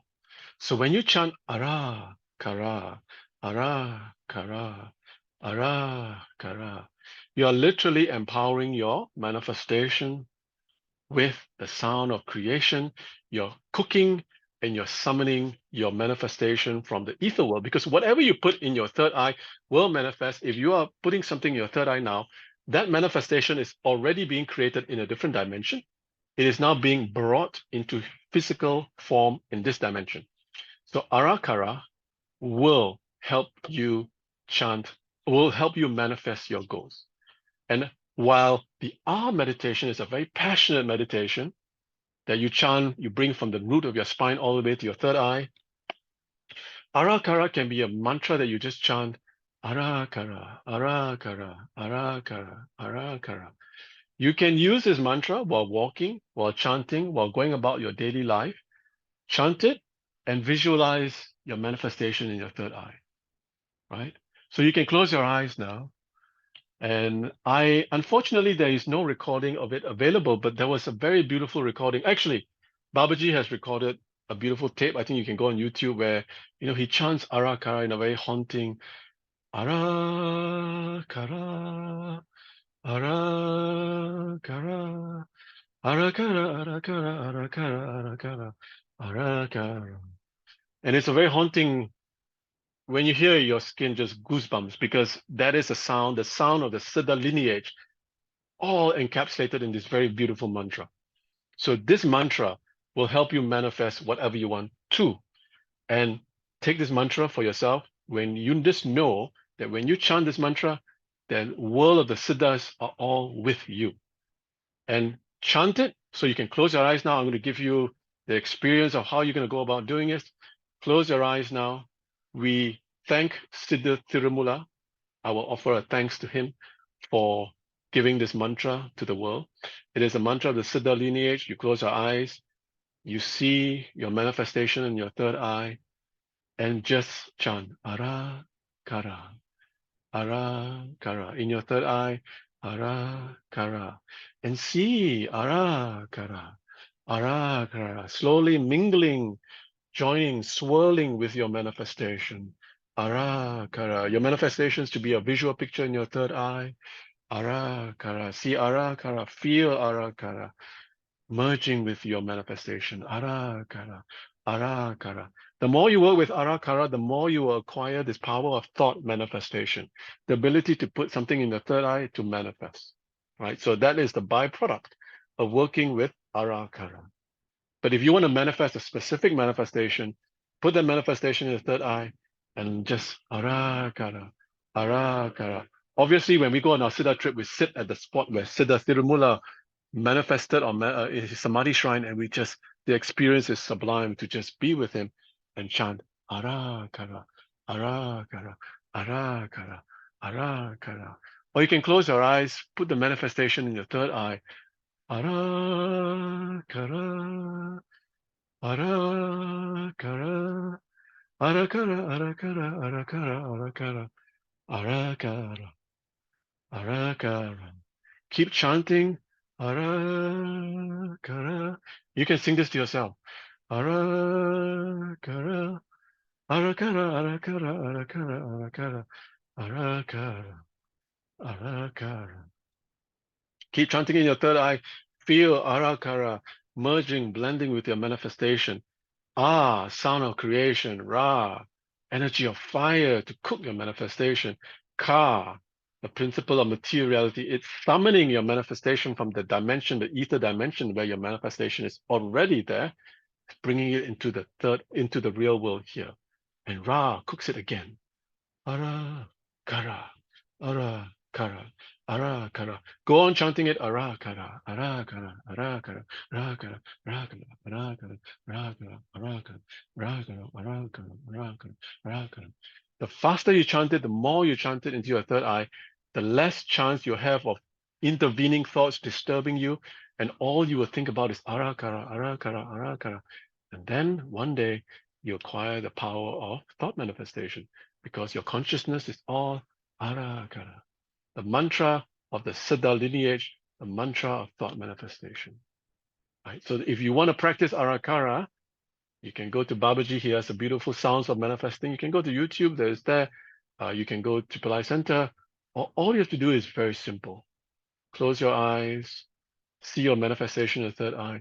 Arakara, arakara. Arakara, arakara, arakara, arakara. Right? And then keep blasting at manifestation.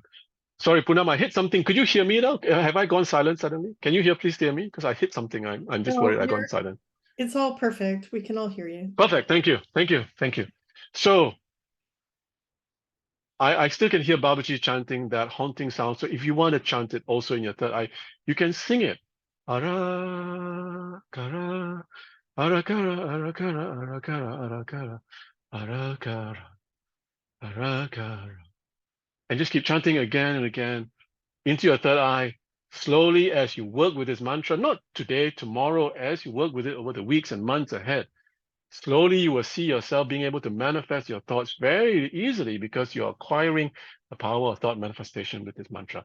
Understand that the power of the entire Siddha lineage is within this mantra.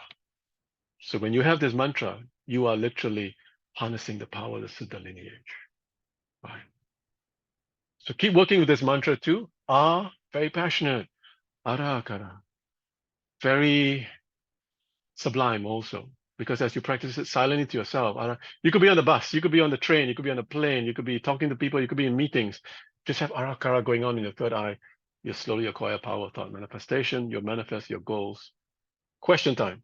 People who have tried this, you have experiences, you want to share your experiences, you want to ask questions, please feel free. I'm ready now.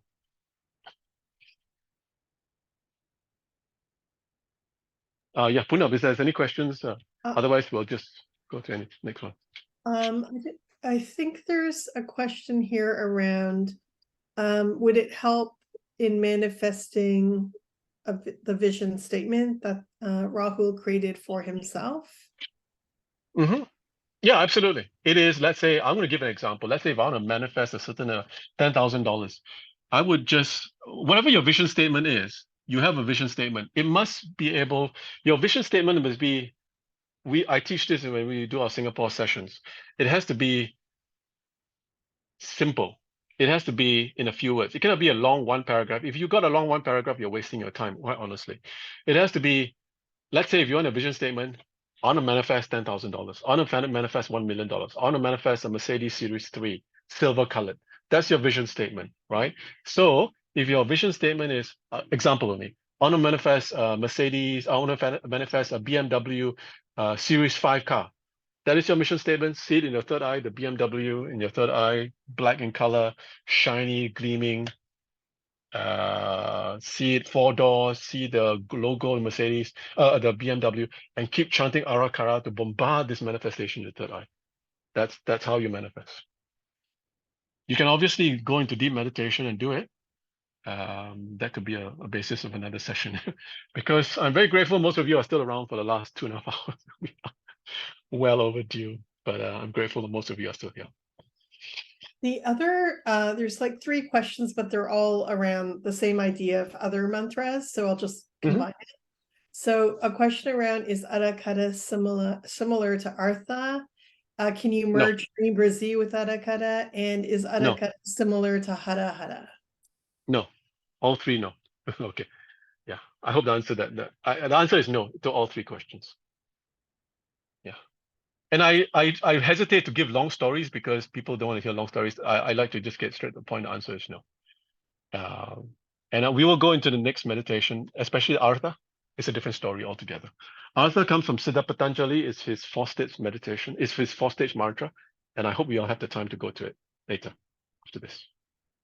Yeah. I see someone sharing a joyous experience. Wonderful. Someone shared that. I saw a comment pop up briefly. Someone wrote that it feels very joyous. Wonderful. Yeah, I mean, honestly, when you chant with Arakara, and so happy because you are tapping into a lineage of Siddhas who've been around for thousands of years. They put in all their love and energy into this mantra. And this mantra is a living, breathing energy. It's not a dead, so you are literally connecting to this divine realm. So it's a very joyous experience. I can only explain to you how joyous it feels when you are there with Siddha Thirumula and his Samadhi shrine on the Siddha trip, chanting his sounds. I cannot imagine how experienced it is when we are meditating on Arakara. If we have the time, in another seminar, sometimes I do that, where we just meditate with Siddha Thirumula. We spend 1 hour just doing Arakara. It's a remarkable experience. Everything about the Siddha is joyous, love. You just feel very happy. I promise you that most of you will feel very happy after this seminar, after this session, because it's just pure joy. It's not because of me. Once you connect with the world of the Siddhas, the feeling of bliss is just there. Especially after our Shrim Brazil sessions in Singapore, people are telling me that they were in a state of bliss for 1 or 2 days. They just couldn't shake this sense of happiness because it's just sheer bliss connecting with these divine beings. Nothing to do with me. It's just once you tap into this divine realm, you will be in a state of bliss for sure. Wonderful. Thanks so much. I think is it Yasmin who shared about joyousness. Thank you very much. Any other sharings or experience when you chant Arakara? There is It's always good to hear. blissful, as well as someone else wrote, can sleep better and deeper tonight. Yeah, absolutely. Guaranteed. If you're going to go to sleep, what more to chant the mantra of the Siddha lineage than just chant Arakara, Arakara, and just doze off to sleep? A more perfect way to go to sleep rather than watch YouTube videos, right? Which I do most of the time. So I should take my own advice. But when you go fall asleep, yeah, please use that. Could you address them whether you can merge Shrim Brazil with Arakara? Different mantras altogether, different purpose. So you don't merge the two. They have different functions. Like you take a medicine, right? You take one medicine for headaches, you take one medicine for gastric, 2 different medicines, 2 different purposes. Shrim Brazil is for financial. If you own financial siddhis, you manifest that. Shrim Brazil is a mantra to manifest financial wealth. So you use Shrim Brazil. Arakara is a mantra to manifest anything and everything, including financial. So it's a very well all-purpose mantra. Maybe hopefully that answers that question. Shrim Brazil focuses on money alone. Although Shrim Brazil will give you light also, divine light, because the mantra will give you Arul, divine light, along with Arakara too also, as Babaji explains. Arakara will give you also divine light. That's why you feel very joyous, because you are getting Arul light, divine light. So Yasmin wrote about divine grace, feeling very grateful to be allowed to connect with the divine masters. Absolutely. Fantastic. I mean, Siddha is all about pure love, so I just feel their pure love, right? Keep working with them. That's all I can say.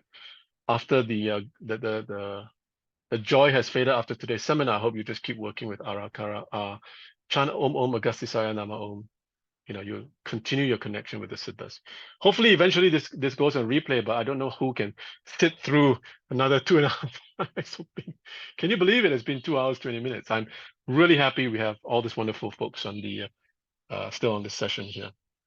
As I said, in Singapore, I do it for 5 hours, and that's why I am happy to stand and talk for 5 hours, but I'm mindful that for folks, it's quite late. So any other questions before I go to the last segment of this session? I think there's hope that this recording will be in the Mystery School Academy portal. So hopefully it can be. I don't know. I mean, I'll leave the technical stuff to the good folks at Pillai Center. Hopefully it is. They may want to chop up portions. I'll leave it up to them. Okay, great. Do you want me to go to the next slide? Yes, please do. Yasmin, what's your question? Can we share? I think I couldn't see that comment, the full comment. So request for the replay, and can we share the replay in Babaji's Facebook groups? Oh, absolutely, absolutely. It's going to be on YouTube Pillai Center. YouTube, yeah, Pillai Center soon. Absolutely, yeah. It's going to be on YouTube, Pillai Center channel. So this is really an open session for everyone. You're very fortunate to be here because for those of you who felt Augustia's energy just now, you know that he was very present there just now. It's great that you're here live. Yeah, so that's Arakara pointers. Arakara, the mantra of the Siddha tradition, keep working at it. All I can say is I can add that maybe I'll just give an anecdote because all of you are here. When we were at, and I see that Anthony is still wonderfully on our session. Anthony is a very gifted person. He channels all the great masters. So when he followed us on a Siddha trip, we were at Siddha Thirumula Samadhi Shrine. Siddha Thirumula actually came through Anthony, and it's all in the brochure, Siddha trip brochure. You can read Anthony's testimony there. Siddha Thirumula actually said, I'm very grateful you have come to see me, and I will give you a boon. He said some other stuff. So the Siddhas are very happy when you connect with them, because they are grateful that you are there to get the blessing from them. So please go to the Siddha Power Spot Trip brochure. The links to the videos are all there. You can have a look at it. Anthony's wonderful sharing is there. Nothing beats being in Siddha Thirumula Samadhi Shrine deep in Tamil Nadu, Swami Malai. It's known as the Arakara Temple, and we meditate there in sublime experience. And Siddha Thirumula came through Anthony to share his experience. So Arakara is very much a live mantra. Please work with please work with Arakara. And if there's nothing else, I can go to the last, I guess the last half of the session, the last third section. I see something from BK Wee. Hello. I guess we've not had the privilege of connecting, but nice to hear from you, BK. Is there a question from BK? It's just a statement, and it's just a thank you, Vijay. It's been awesome. Great. I feel a lot of love from this session. Great. Absolutely. The Siddhas are all about love. Babaji has said, Anbe Shivam, love is God, God is love. So when you connect to the divine, you feel so much love. I think most of you will feel a lot of bliss after this session. It's nothing to do with me. It's to do with the Siddhas. They are just there to touch you and assure you that they are there. So great, keep working with them, please. This is a once-a-year event, so I'm trying to give you as much as I can before we meet each other next year in 2024, maybe December or something like that. Yeah, so great, all the questions. If there's no other questions, perhaps I can go to the last portion because I'm still very grateful all of you are still on the session after 2.5 hours. No questions, right, Poonam? No, nothing else. Thanks. Okay, great. So now we come to the last section. This is my favorite section, to be all honesty. We are going to connect with Siddha Patanjali, Babaji's previous incarnation. Siddha Patanjali Samadhi Shrine is on Rameshwaram, Babaji's birthplace. Siddha Patanjali is the ultimate Siddha master for Siddhi powers. Siddha Patanjali gave us the Siddha technique for Siddhi powers. Siddha Patanjali it's a 4-stage technique. I will go through that with you today. And you can use this technique going forward. And it will change your life for sure. Siddha Patanjali is the father of yoga. So most of you know, or most of you would have done some yoga. It's all very fashionable to do Ashtanga and all this Ashtanga yoga, Ashtanga yoga, and all different kinds of branches of yoga. But do know that all of them came from Siddha Patanjali thousands of years ago. The yoga is a physical manifestation of all the kriyas that are going on in the body.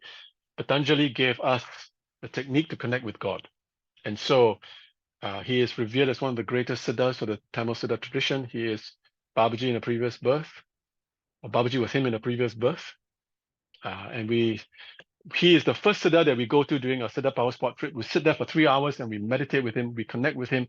He gives direct miracles. I remember I was there once, and this is bizarre because I was there once. One of our attendees, he said, Patanjali came out and did psychic surgery on me, chopped up my stomach, removed all the terrible illnesses in my stomach, and then healed me. And we were all sitting, this is broad daylight, by the way, about 10 a.m. in the morning when we go to Siddha Patanjali during the Siddha trip in 2015. And then this happened. So this guy was healed from this divine healing. But this guy forgot about it. So I asked him 1 year later when I met him, I said, hey, do you remember that amazing experience you had where Siddha Patanjali came out and did psychic surgery on you? He said, no, I can't. So really amazing miracles happen. And sometimes people forget the divine experiences that they go through. So I hope you will, if you have a divine message from Siddha Patanjali after this, you will write it down, maybe make a quick note so that you never forget your message from Siddha Patanjali. Next slide, please.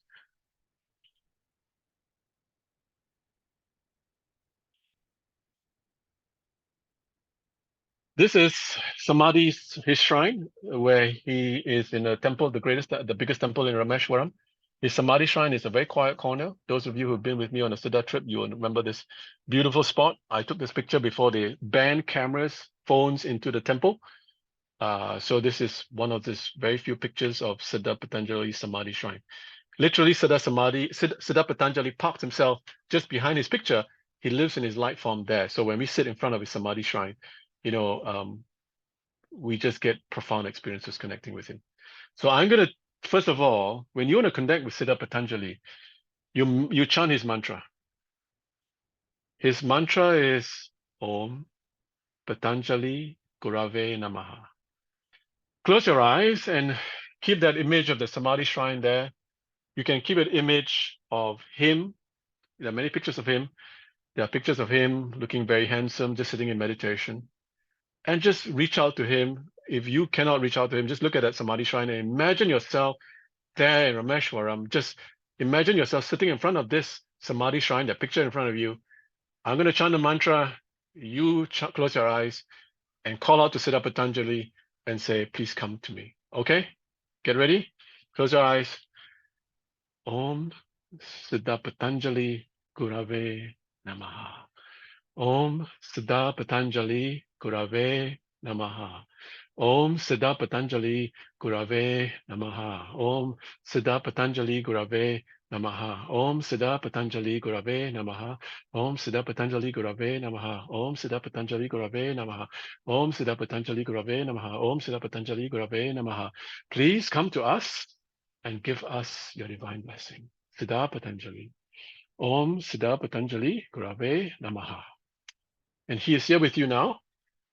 I hope some of you felt that connection. If you did, please let me know in chat because I can feel him. We've called upon him. Om Siddha Patanjali Gurave Namaha. Let's not waste any time because I want to keep his energy strong. Any one of you can feel him. Om Siddha Patanjali Gurave Namaha.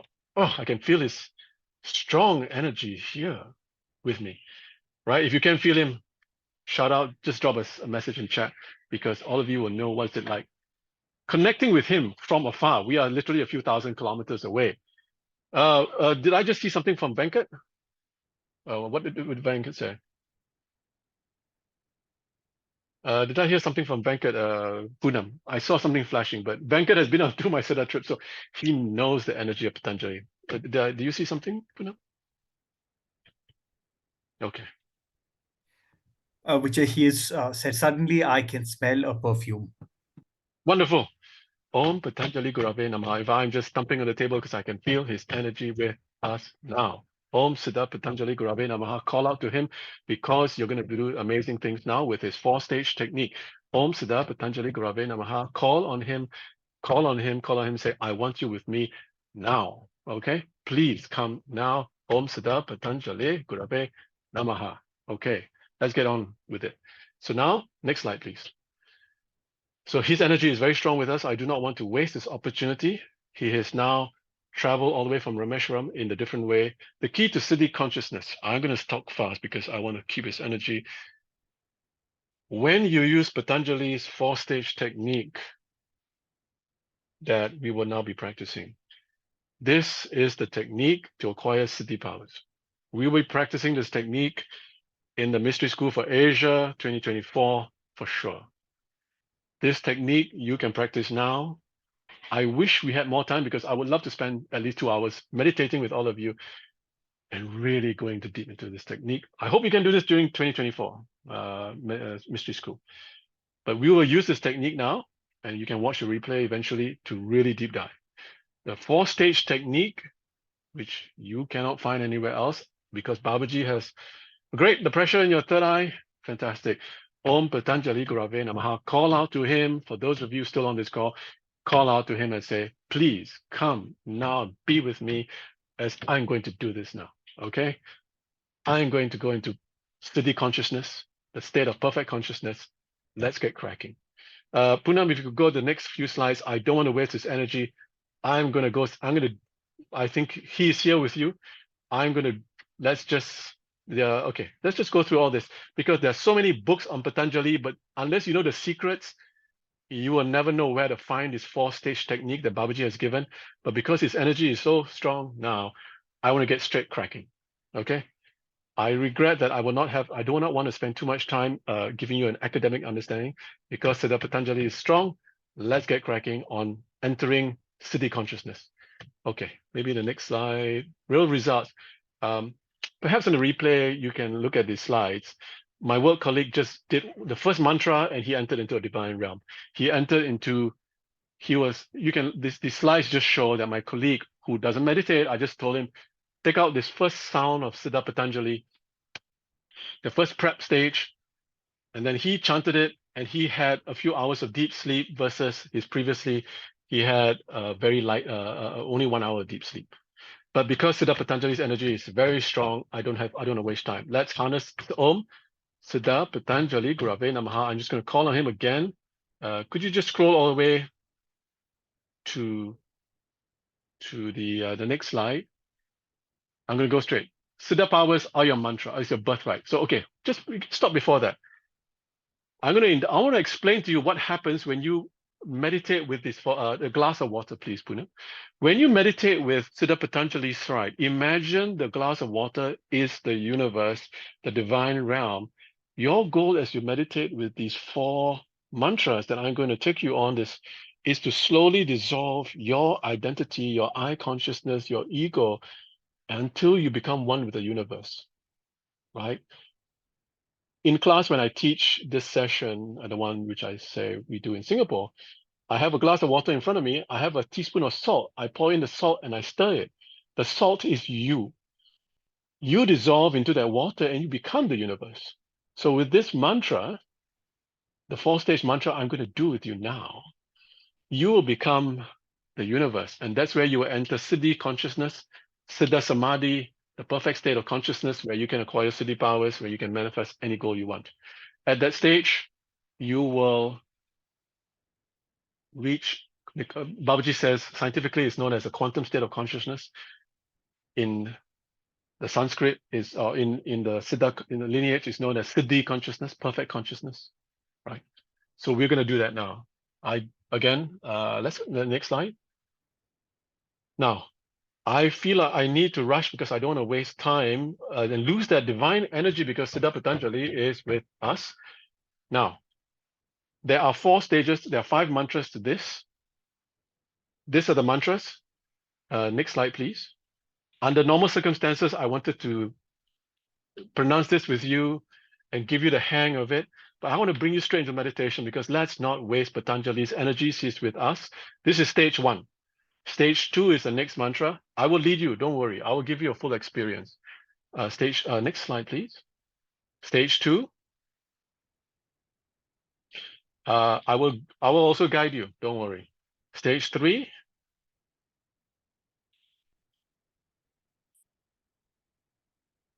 Okay, long mantra. That's where the word artha is. Someone who asked me a question about artha, that's where artha comes from. And then final stage, samadhi. Okay, so my goal is to bring you into these 4 stages. Each stage progressively, we will enter into a more divine state of sublime peace and it's just peace. And what's going to happen is, after that, I'm just going to keep quiet for about 5 minutes. And you can meditate for 5 minutes. Under normal circumstances in Singapore, I would have meditated for half an hour. When we were at Samadhi Shrine at Patanjali, maybe 2 or 3 hours. But now, time is essence. I just will let you be there for 5 minutes, and you see whatever messages come to you, whatever experience you want to distill. And you can, once you watch the replay, you can practice these techniques again and again. But I feel that we should take advantage of Siddha Patanjali's energy. Let's call on him again. Next slide, please, Poonam.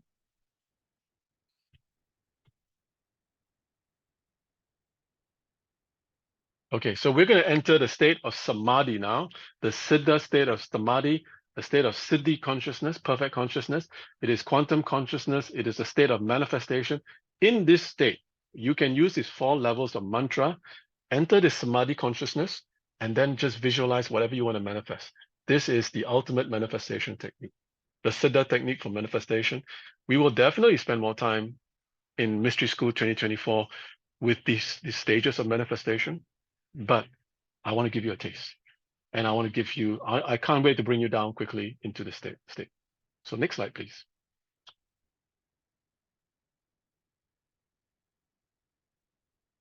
Now, let's get into the state of practice. Okay, we are going to do this. I know I didn't give you a chance to practice this technique, to do the mantras. For some of you, it may be brand new, but I'm going to guide you because Patanjali is with us. Now you just close your eyes. We're going to call on Patanjali. Om Siddha Patanjali Gurave Namaha. Om Siddha Patanjali Gurave Namaha. Om Siddha Patanjali Gurave Namaha. Come and bless us with your divine presence. Om Siddha Patanjali Gurave Namaha. Om Siddha Patanjali Gurave Namaha. Om Siddha Patanjali Gurave Namaha. Om Siddha Patanjali Gurave Namaha. Om Siddha Patanjali Gurave Namaha. Om Siddha Patanjali Gurave Namaha. Okay, now close your eyes. Take a deep breath. All you do is just listen to me and close your eyes. And Poonam, I'm really grateful to you for helping out because your eyes may be open. But as I'm leading on the manifest on this technique, add the appropriate slide. So let's say if it's the first mantra, Yogas Chitta, you could just flip to that slide. So for those of you who may not understand what I was saying, if you just want to open your eyes and look at it, you can look at it because we'll be flashing that slide with the mantra. But I suggest and I recommend you don't, because close your eyes and I will take you deep inside you. What you do is this: close your eyes and I will guide you deep into Samadhi consciousness using Patanjali's 4-stage meditation. Patanjali is with us. He is graciously giving us his energy to bring us into this deep state. Imagine as I'm chanting this mantra, you are falling deeper and deeper and deeper into an ocean of your own consciousness. You're sinking deeper and deeper into a dark blue ocean full of love. You're just going deeper and deeper. Forget everything else. For the next hour, try to do this. You're just going to hang on to the mantra. And what you do is this: as I chant the mantra, imagine yourself hugging the mantra. Allow it to bring you deeper and deeper and deeper into your consciousness. Don't forget, it's like the glass of water with the salt. You are the salt. I'm just going to help you dissolve into the universal state of consciousness. Okay? Now, close your eyes. Imagine you're going to be chanting with me. I will chant the mantras. Don't worry, you cannot follow along. Hug the mantra in your mind and fall or sink slowly deeper and deeper and deeper. Each mantra will take you into a more sublime state of meditation until you disappear. You will no longer be there. Your consciousness will now merge like the salt in the universe. You will no longer be there. Close your eyes. I'm going to chant the mantra 9 times or maybe 18. I'll do what I feel will help you. Just listen. And if you can follow along, just hug the mantra and try to enter into that deep state. This is the preparatory stage mantra, which will silence your mind. Hug the mantra as I chant it. Receive the mantra in your third eye, in your brain. Close your eyes. Yogas, Chitta, Vritti, Nirodha. If you can chant along with me silently to yourself, hug the mantra, feel yourself slowly sinking into the universe, this never-ending ocean of dark ocean. You are going to enter a profound state of meditation. Yogas, Chitta, Vritti, Nirodha. Hug it. Feel yourself just sinking, sinking, sinking. I will chant it 9 times now. Each time I chant, go deeper and deeper and deeper. Patanjali is there. to guide you. Have faith and call on him and say, hey, please help me. Yogas, Chitta, Vritti, Nirodha. Yogas, Chitta, Vritti, Nirodha. Deeper and deeper. Yogas, Chitta, Vritti, Nirodha. Yogas, Chitta, Vritti, Nirodha. Hug the mantra like a bolster as it brings you deeper and deeper into your own consciousness, into universal consciousness. Yogas, Chitta, Vritti, Nirodha.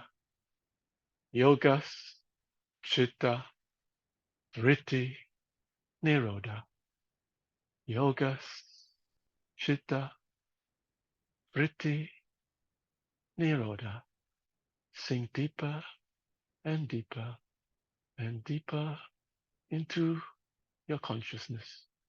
And you begin to slowly dissolve into universal consciousness as we begin the first stage.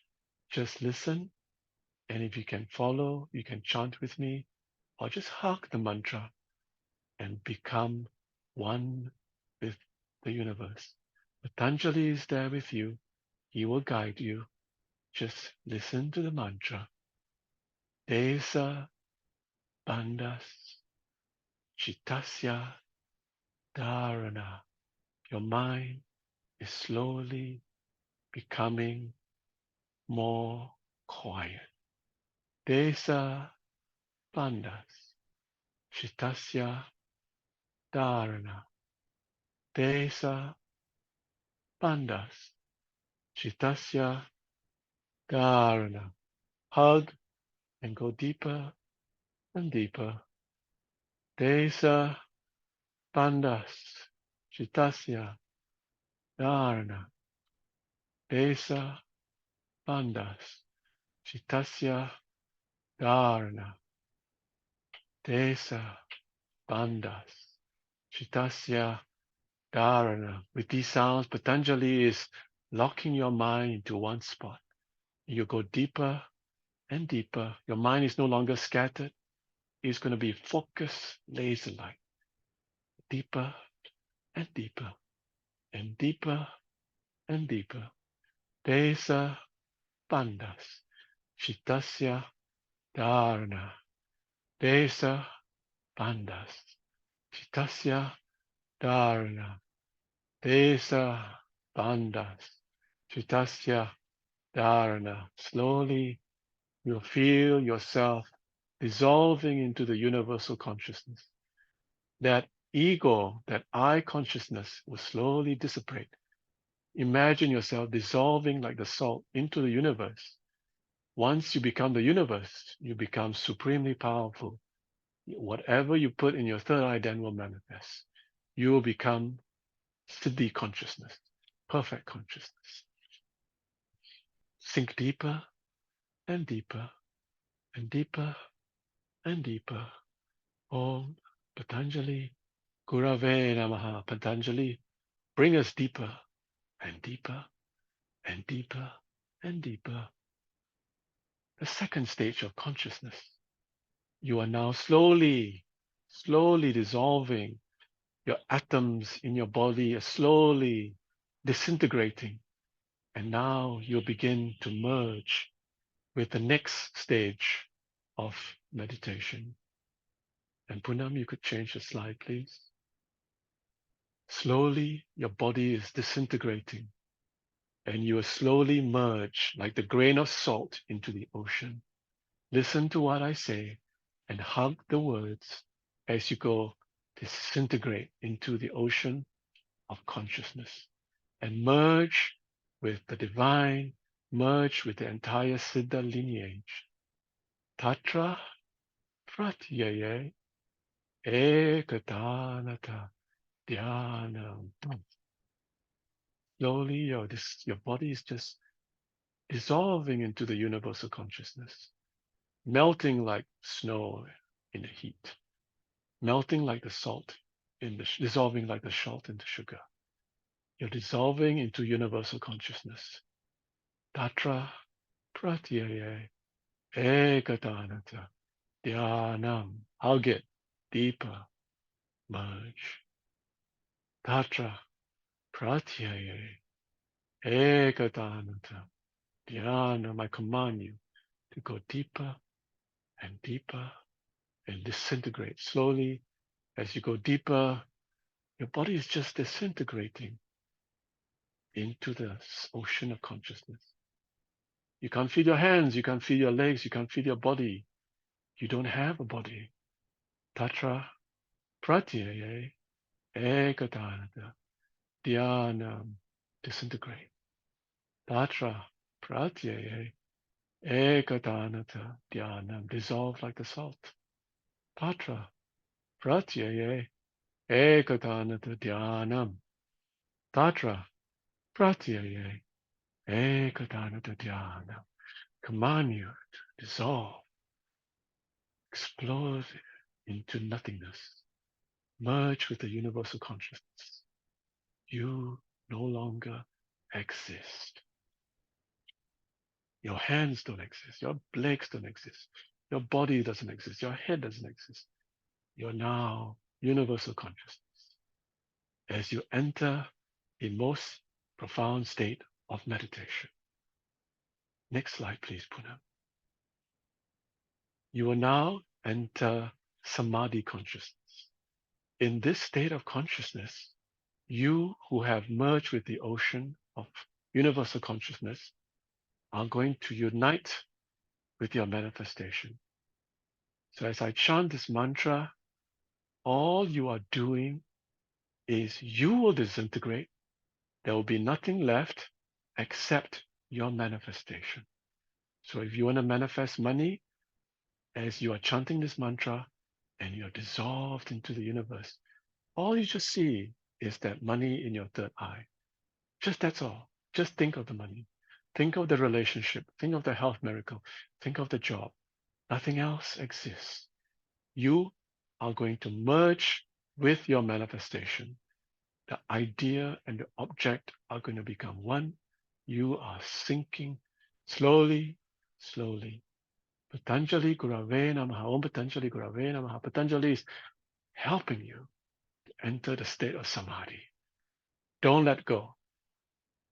Om Patanjali Gurave Namaha. Are you ready? Now, think of your manifestation. Just listen to me, hug my words, and just think of your manifestation and think of these words. Tat eva artha martha nirbasham swarupa sunyam jiva samadhi. You will disappear, only your manifestation will linger. You are becoming your manifestation. You are Siddhi consciousness.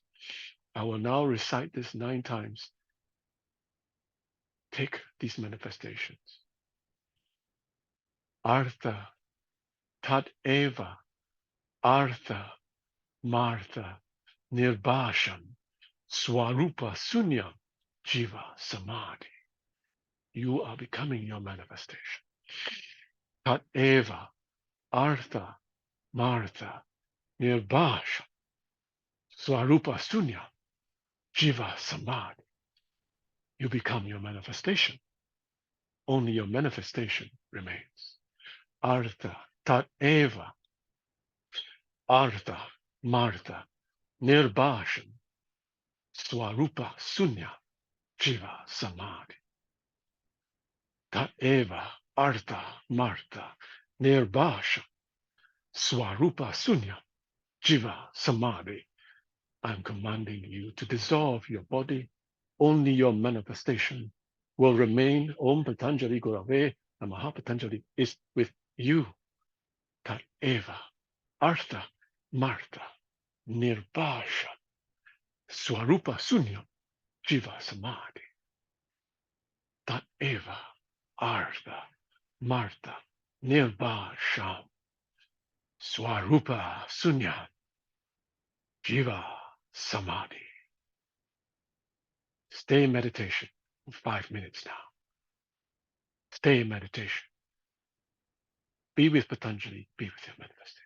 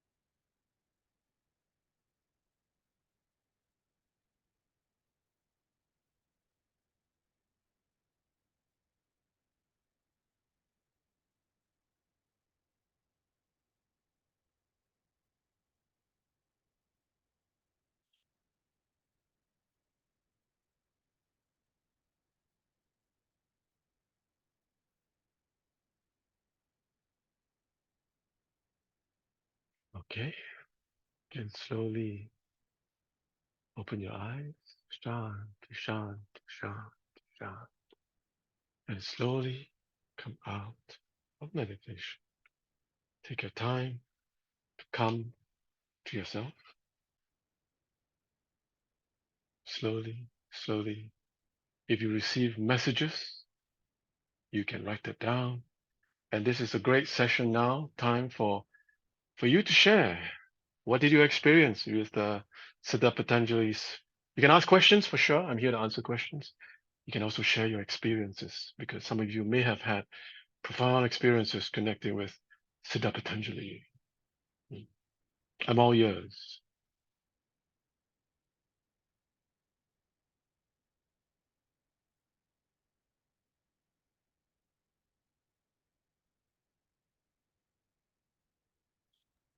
Vijay, I think everyone's feeling that beautiful meditation. Do you want to continue? And when we get more feedback, I'll share with you. Yeah, I mean, folks, yes, profound state of meditation, deep meditation. Actually, since this was a once kind of year event, if anyone wants to get on, silence has taken a fantastic. Venkat, you remember being with Patanjali, you of all people have the Siddhas with you. So once you rekindle that power within you, it's a remarkable experience. Did you all experience that? I mean, we can unmute folks and they can share. It's nothing beats connect. I've been talking for the last 3 hours, so I would love to hear people's real human voices. So by all means, anyone who wants to get on the line and just share, please do. You can drop in chat. Silence, anything, any messages? What was it like practicing Siddha Patanjali's? We really took I really went very fast. I would have normally wanted to teach you, but I felt that we just had to do it quickly while he was there. So it's a very profound experience. I hope you had that amazing energy. First of all, just imagine I just did this with you for about 15 minutes. Imagine what happens when we are on a Siddha trip and we are there for 3 hours. I mean, honestly, we're checked out, basically. We're in a different dimension. And also during the Mystery School for Asia, we will be spending so much more time dive deeply into Patanjali's 4-stage. This is the technique for Siddhi powers. You can use this yourself now that you know it. You can watch a replay. This is the technique to manifest, because when you enter that ground state of consciousness, Siddhi consciousness, Samadhi consciousness, that's where you put your manifestation and you are in perfect state of consciousness where the idea and the object become one. Samadhi consciousness, Siddhi consciousness, perfect consciousness. Right. And this is my Namaste. Hey, how's it going? Is this okay? Here's Yasmin speaking. Yeah, please go ahead, because I can't see who are speaking because I'm on my iPhone. But please, one person can share. Go ahead. I can't type. I'm so. It's okay. You can just share your experience up front. I mean, everyone can I think hear. It was. All right. I just focus now because I'm so blissed out. Okay. At the beginning, and that is so interesting. I don't know where it came from. When we started, and I pray with Patanjali. Hello. I think everyone is unmuted, so maybe Hello, can Poonam, I I ask don't a know whether question? you can. I don't know whether you can control it, Poonam, because everyone is unmuted now. Maybe we need to do one person at a time. Just give me 1 second. No problem. No problem. I follow Mohini. She is an excellent teacher. I follow for her for meditation. I want to know how much time do we get succeeded, because I'm doing many courses, like I am doing a course on Kalbha.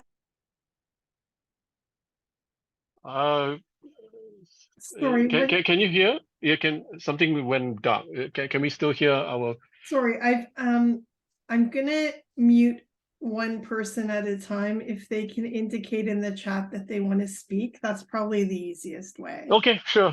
Yeah, you're in charge, Poonam. So yeah, please, what's the best way? Thank you. If you want to speak, please just put in the chat and I will unmute you. And that way we don't overlap with each other. That's okay. Rimpi, you were speaking. Did you want to continue? And I'm sorry, the first person that was speaking, I don't know your name. Is there any question that's been posed while I can answer? Or whoever that's speaking, whoever that was speaking just now, please just indicate to Poonam and she can unmute you. Okay. Jasmine, I'm unmuting you. Where are you from, Yasmin? By the way, hi. Thanks so much for joining us. Where are you dialing us I'm from Punjab. Great. Okay. What's your question, or you have a sharing? How was it for you? In how, my experience was very good because I am in a regular course and I join whichever whenever I get time I join these events. I want to know Sure. in how much time do we get succeed because I have a lot of mind work to do. I am in a back job and for study of children, my mind is never silent. I want to know in how much time do we succeed. I am doing courses on calf, hairtying and jumping. I follow Mohini.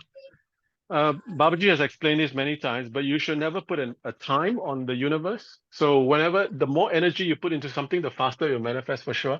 But there is no time because you are, putting your manifestation out there. The universe will give you the best result. So for me, I wanted a promotion, but I never got one until I had to wait 2 years. But when it happened to me, it was at the right time and everything was perfect. So in hindsight, I look back and I thought, I understand now why things took so long to come. I was impatient. I said, why can't I get this now, now, now, now, now? But it just happened at the right time. You just have to trust when you use these techniques, the divine will give you the right thing at the right time. So the moment you impose a timeline, you're going to stress yourself out and nothing is going to happen because that negative energy is going to sort of, conflict with your manifestation. So don't put a time, just do the technique and just have faith that it will come. That's all. Okay, thank you. And focus on one thing only, because if you focus on more things than one, you'll get distracted and you'll never manifest. Yeah. Honestly, yeah.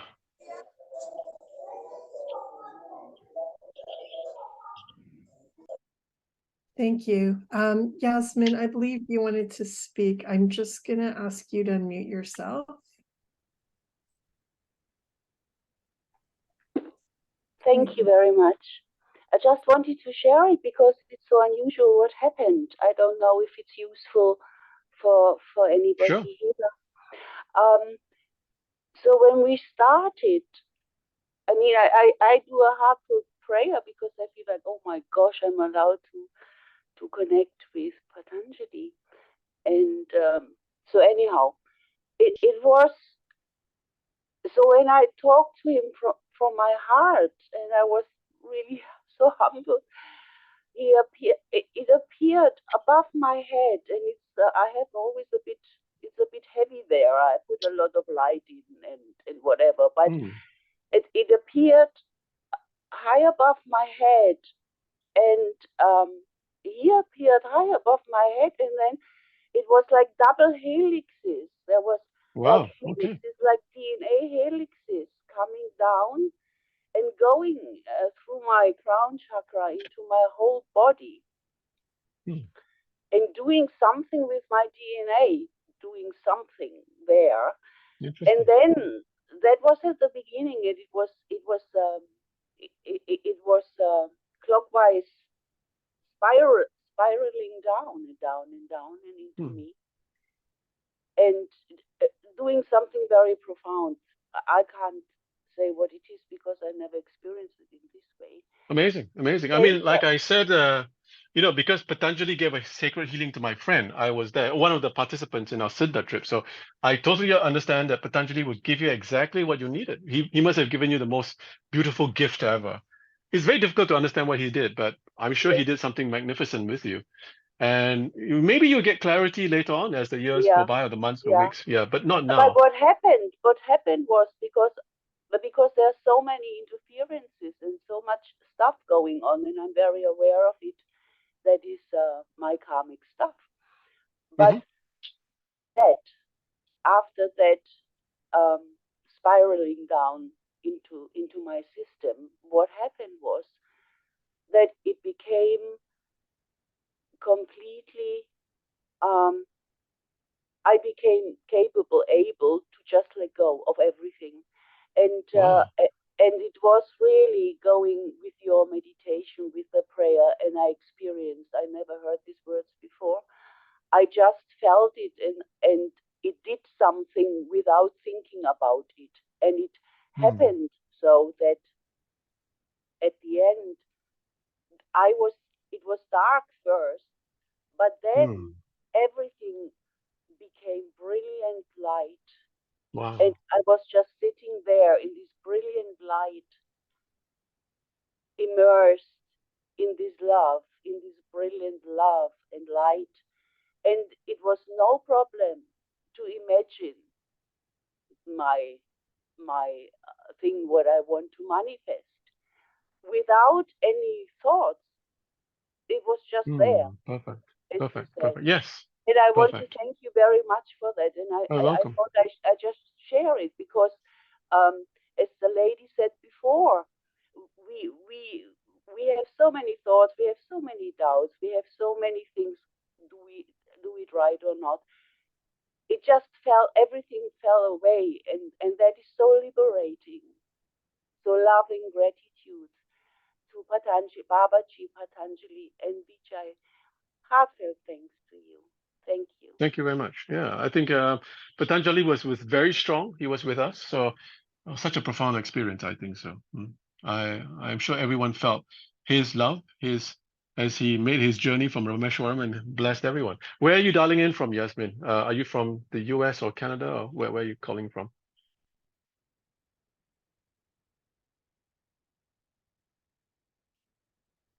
I think we've lost Yasmin.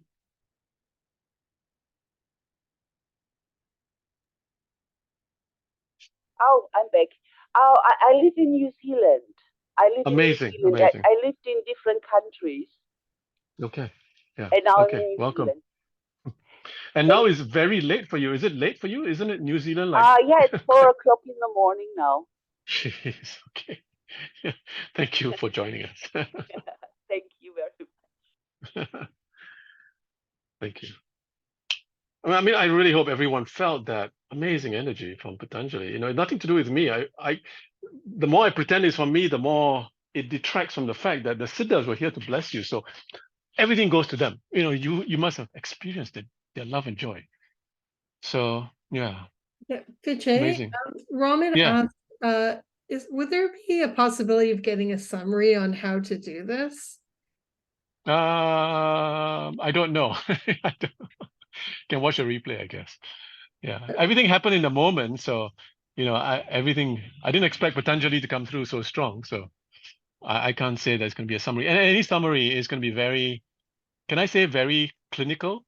I can summarize for you the 4 techniques, but until you listen to the replay, or then that energy of Patanjali will be there.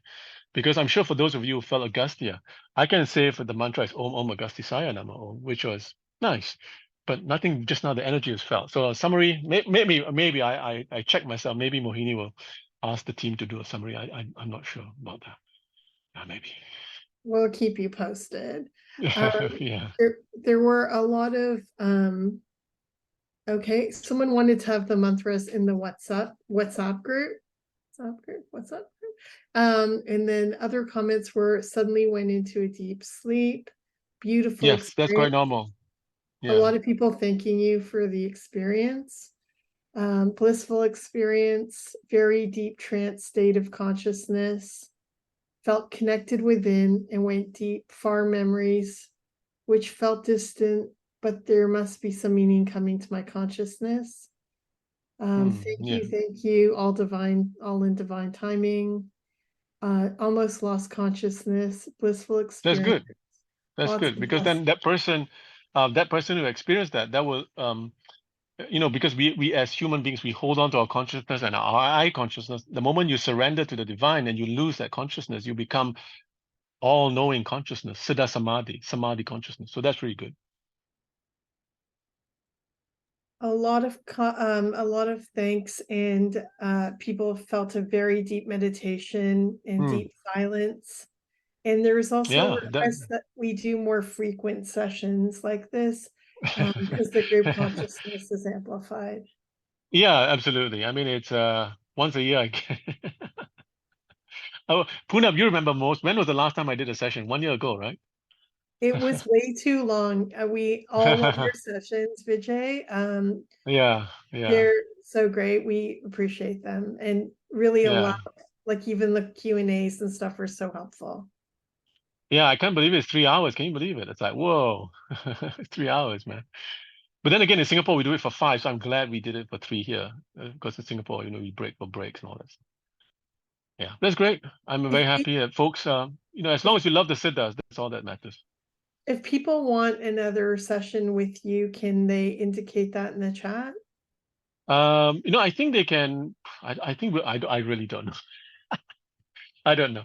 I'm sure Mohini, we want people to experience the Siddhas in the Mystery School for Asia.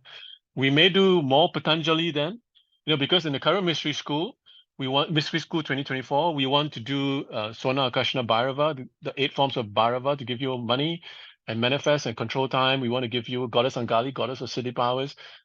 If folks say, hey, I want to spend more time with Patanjali, we can do that too also.